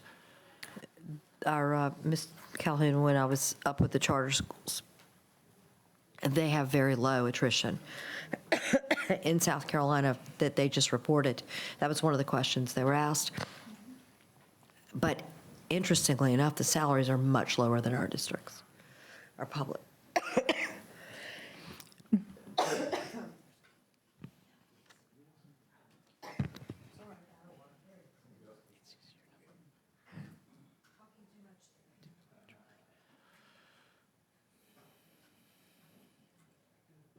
Thank you. We've got a very low attrition rate with our charters that was just announced in Ways and Means, and the salaries are much lower than our public school districts.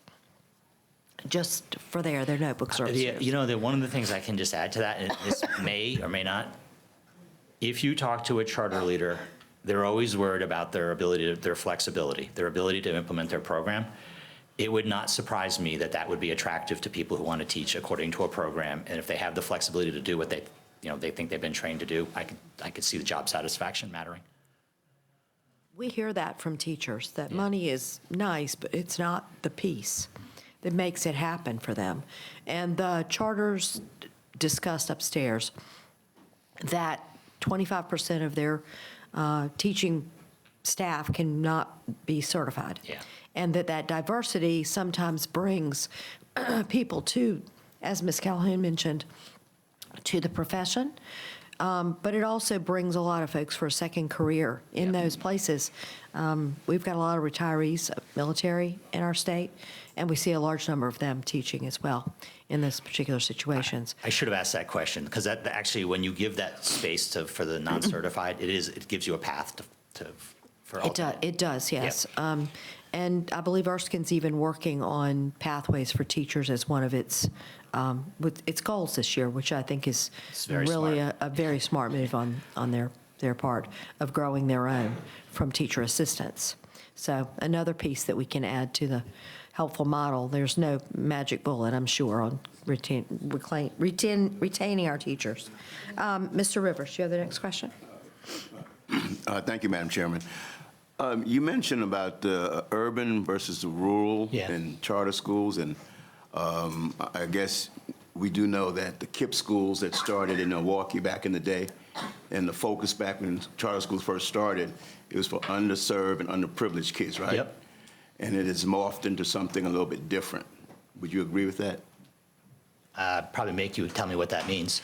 Well, it was for underprivileged and underserved children, and now it's not focused on underprivileged and underserved kids. It's focused on a more broader view of charter schools that makes it more palatable for everybody to be in. But when it started off, it was more singularly focused. I gotcha. I think it depends on the state, frankly. Where I did most of my work, it's still heavily an urban phenomena, and I honestly wish it had more spread to it. They're public schools, right? You want them to have public support, and when they're only in a small portion of your state, it's hard for the rest of the state to care about them. I actually think you're better off when they're when the program is broadly expanded. So urban, rural, middle income, high poverty, the whole thing. My next question is, I'm trying to understand on the voucher, when you said it was established criterion 1873 through 1990, or 1873 and 1990? I'm going with 1990 because that's when the Milwaukee stuff started. So, Okay, that's what I thought. So I guess for me, I'm trying to become better educated or informed about what a voucher looked like in 1873. Sir, I can't answer that. I don't. Oh. It was literally actually your main system of education back then. It was literally the government would give money to a kid and they would actually pick a school. So in 1873, who all could go to school? Who all could go to school? I can't answer that. I don't know. Let me be a little bit more specific then. Isn't it true that at some point education and reading was not afforded to or offered to everyone? I'm sure you're right. Wouldn't it be around 1873, Reconstruction and all that kind of stuff? I don't know, honestly. Okay. I think earlier in the slides it said that Reconstruction was between 1863 and somewhere around 1877, so I guess it would fall in that category. You're talking about the earlier presentations, right? Yes. Yeah, yes, gotcha. Sir. Yeah. Yes, sir. So I was just curious because if vouchers were established in 1873, when a large portion of students were not even afforded the opportunity for education, then it says to me that vouchers are only good for some. Yeah. And I guess my fear now is that that could be duplicated again because it seems to be an environment that is pushing for vouchers. Sure. And so I just thought it was somewhat ironic that vouchers were around in 1873 for some and not for all. Yeah, so a couple thoughts. So yes, ironic is a polite way to put that. When you look at any voucher law or tax credit law or education, they're tied into civil rights acts. You cannot actually discriminate in terms of your recruiting or your. Could you explain that? I'm not sure I'm understanding. Sure. So you're not allowed to discriminate on race. When was it started? These are laws that were passed in the 60s and the 80s, and I think. Oh, I thought you were talking about 1873. Oh, no, I'm on 1990 still. Yeah. Oh, I was on 1873. That's a long time ago. Yeah. Yeah, that caught my attention because it seems to be a little bit misleading because it says that something we're talking about now private school choice for everyone. Yeah. And it's, well, according to history, the voucher that was established in 1873 Yeah. was not for everyone because everyone didn't have the opportunity Yeah. to public education. So I just saw the, Sure. you know, the. Would you agree that when you see problems with a program and you fix it and you make improvements on it, it might be better? And the improvements have been that you're not allowed to discriminate as to who you recruit? And that's actually literally tied into all those laws. Yeah, I mean, it all depends, but I mean, it depends on what's in the recipe. Some people like it one way and some people like it another, so that's important too. What I would do if I'm looking at a legislation, because I mean, I know you have legislation that comes up, make sure you find that clause. Every time it should be in every law. I guess I don't want to monopolize the time, but I guess what all I'm saying is that if 1873, that was the standard, Yeah. I think you would agree we would never want that standard again. I 100% agree. Thank you. Mr. Rivers, I would just use a little Beaufort County history for you. Penn Center was established in 1872. Because that was the only school for black folks. Absolutely, but that was also during the era that they classified before as the fend for yourself. And there were a lot of things, and we're very blessed to have had that school and that availability. And we were blessed for Robert Smalls because he was the one that instituted public education. So, and that's why, for me, it's kind of passionate, and I want to make sure that public and education is now for all when it wasn't for all at one time. That's all. Thanks. Thank you, Madam Absolutely. Chairman. You're welcome. You're welcome. Any further questions for Mr. Phillips? We're running out of time here, so last moment. Dr. Smith? Oh, good. Ginger, you got him? Yes. Good job, Ginger. All set? Yeah. Madam Well, just be careful. She didn't ask you Yeah. to step out of the room, Mr. Alexander. Madam Yes, Dr. Chairman, Smith. thanks to the wonders of Google, I was able to look up several things. First, the reason for the 1873, I don't know if you remember a Supreme Court case recently involving the state of Maine, where there were religious schools that were getting vouchers. That's the Maine program was the state of Maine was the 1873 program. There weren't any public schools in some of the rural areas of Maine, so in 1873, they had a voucher program. And then there were no vouchers, new programs really until 1990. In 1990, it started in Milwaukee, and that was when they picked back up. On the charter thing, we looked at charter schools in terms of racial balance in the Southeast. We primarily looked at South Carolina, North Carolina, Florida, Tennessee, and Georgia. And this is what was interesting. In some states, when you look at the comparison of the racial balance in charter schools versus traditional districts, some of these areas in our region were way on one end of the scale, like they were basically white schools. In others, they were basically African-American dominated, the charter sector. South Carolina is really, really close in the racial balance to the traditional districts, which I didn't know that till we looked that up. And the final stat, which I texted someone who looked it up, who knows it, is the reason for the 12 years and the master's degree. Maybe, I don't know if this came together, but that in itself is the average. The average teacher in South Carolina has served 12 years. And because it's helpful to the salary to get a master's, the average teacher in South Carolina has either a master's or very close to having a master's, a Master of Arts in Teaching, Master of Arts, whatever. So just making that connection. And that's it, Madam Chairman. Thank you. Thank you. Appreciate that very much, Dr. Smith. Thank you, members, for your time. Thank you, presenters and speakers, for the information. I really appreciate everyone's attention and attendance at the meeting. And with there no other business, we're adjourned.